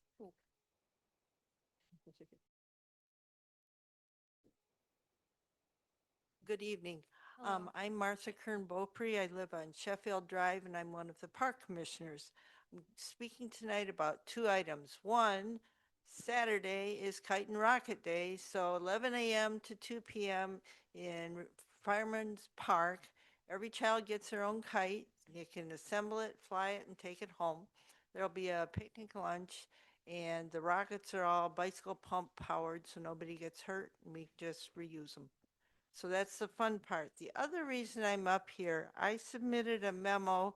It's on your communications about requesting authorization to use 102,000 of the park fund balance to permit closure of the remaining 162 acres in the Birdsong Nature Preserve so that once it closes, we can receive the grant funding from the Michigan Department of Natural Resources. And I don't see that on your business agenda. So I was wondering when you were planning, because we were sort of hoping to close this property as soon as possible. Both Mr. Bradford, Mr. Smiley, and our attorney Fred Lucas have been working together to confirm things like how long the escrow would take to receive from DNR. In addition, making sure that all the instruments are teed up from the city of Ann Arbor, from Ducks Unlimited, and they've been working together to review the area's various agreements, but making sure that all the strings are tied. Okay, so it will still get addressed within the next month or Do you so. would you like to share an update, Mr. Bradford? Yeah, again, thank you, Martha. Yeah, so we reached out to DNR, as far as return of that escrow deposit. And, it's written in the agreement that once all conditions of the sale are met. So really, it's just the closing. The last really outstanding condition is giving them recognition, which is putting up plaques and signage, acknowledging their involvement. After that, escrow can be returned, that we would put up for that. Okay, and you have been working with Mr. Lucas? Yep, Mr. Lucas, yep, we reviewed contracts, yeah, I just got the revised agreement from Ducks Unlimited back today with the additional funding to close the gap, so I got that this afternoon, so we'll be talking tomorrow to get signatures on it. Fred's already reviewed that, so he was good with that. So we'll get that done. I have already engaged title company, setting up files with them, and so we can start getting those funds into that escrow as well. So that's something you and I will have. City of Ann Arbor. We'll have access to. Yeah. Okay. Yep. Okay. Very cool. Is that good? Any other? We'll have a more comprehensive update soon. We'll lay it all out. Thank you. Thank you. All right, any other comments? Thanks. Struggling. Okay, so just a couple of things. First, Madam Supervisor, thank you for contacting the Road Commission and getting that dead tree removed. They did cut it down. Everything is still there, but because of the weather last week, I think they'll come back later on and pick it up. I also want to thank the board for the new positions for utilities and maintenance, because in the past, I've seen raises and promotions have been uphill battle. The other thing, we were talking about the two companies that are going to be doing the lawn care. And I thought about currently on MacArthur, and I know it's in a lot of other places, in the area where they cut, there are trees that have just toppled over, and it's not branches, it's more than branches. So maybe that may become part of what they pick up. It's going to require a saw. I know I saw one at down MacArthur, you see several, but I know it's more in the community. The other thing I would like to request from the board to address next month, if possible, is why we do not have an ordinance officer. And maybe there is one or I don't know about it, but um, from what I am thinking, we haven't had one for a year and a half. And I think I wrote the board today because just right on my street, there's a car that's been sitting there 2 years. It is abandoned. And when we're talking about sweeping streets, leaves are all up under it. So if we had an ordinance officer, because this doesn't have tags on it, he would have already written a letter about that one. The road advisory, we talked about a road advisory today. I would like for the board to clarify and to go ahead and create a road advisory committee. And then the last thing, when we were talking about, the board was talking about street sweeping today, and they mentioned Washington Square and Oak Brook, but for me, I also thought about Harvest Lane, I thought about Geddes Ridge, I thought about Panama, because for, my neighborhood, we're in the 70s. Washington Square, those houses were built in the 60s, so they have even older trees. So maybe if you do 2 in each neighborhood, and also talk to the residents about when it needs to be done. My daughter lives on a curve and everything comes in, and that's where a lot of water accumulates, but there's certain times of the year it needs to be done. Right now, people are cleaning up their own roads. They ought to, their own curbside, but let's do the street sweeping when it's beneficial for the drains and the street. Okay, thank you. Thank you.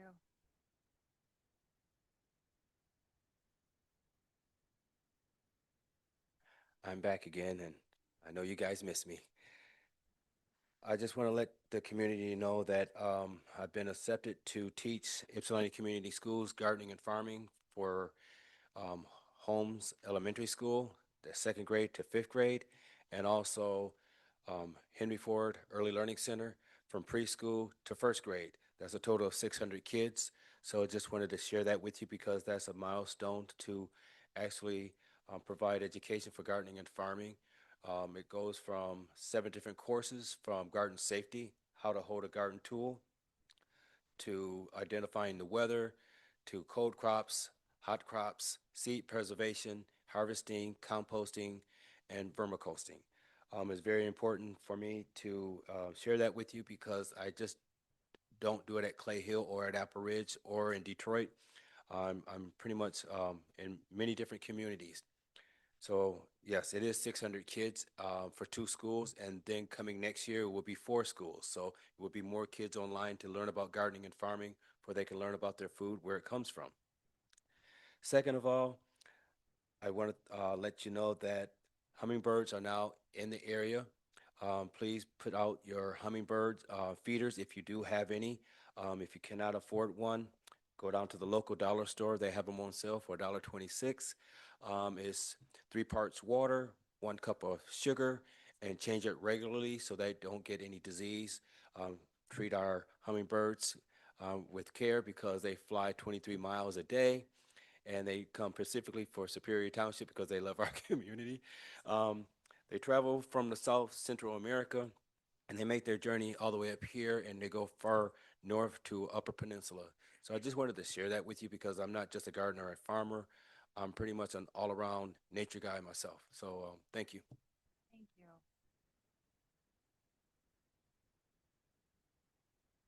Just 2 short things. I'm Jan Wiseman, Arlington Drive. So one thing, as we move forward with the ADA work for the sidewalks and the curb structures, if it would be possible to be provided with a monthly update on how that work is going and what's going on with that. The second thing is just to reiterate what Irma had said about the street sweeping, it would be really nice to not just, or to include all of the other subdivisions. There's a great need for it in Geddes Ridge, I would say as well, and probably every single one.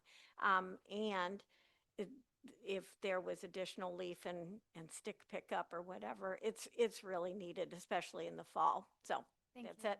Thank you. Thank you. Is there anything online? Thanks, ladies.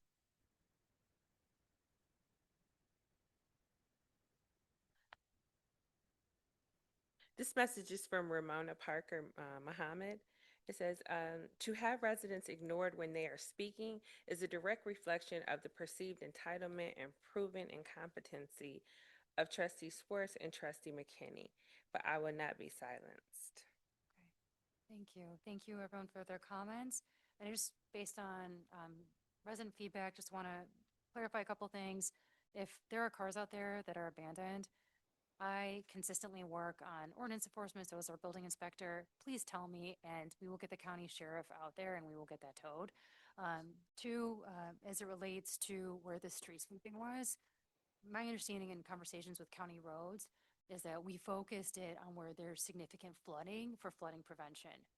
It was less about just the cleanup, but trying to think about how we don't get those backups in the neighborhoods, and Washington Square and Oak Brook have consistently been hit the worst. So, thank you. But thank you for bringing that up. Okay.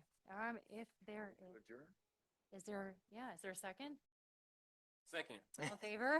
Aye. Thank you for a long evening. Vote with your feet.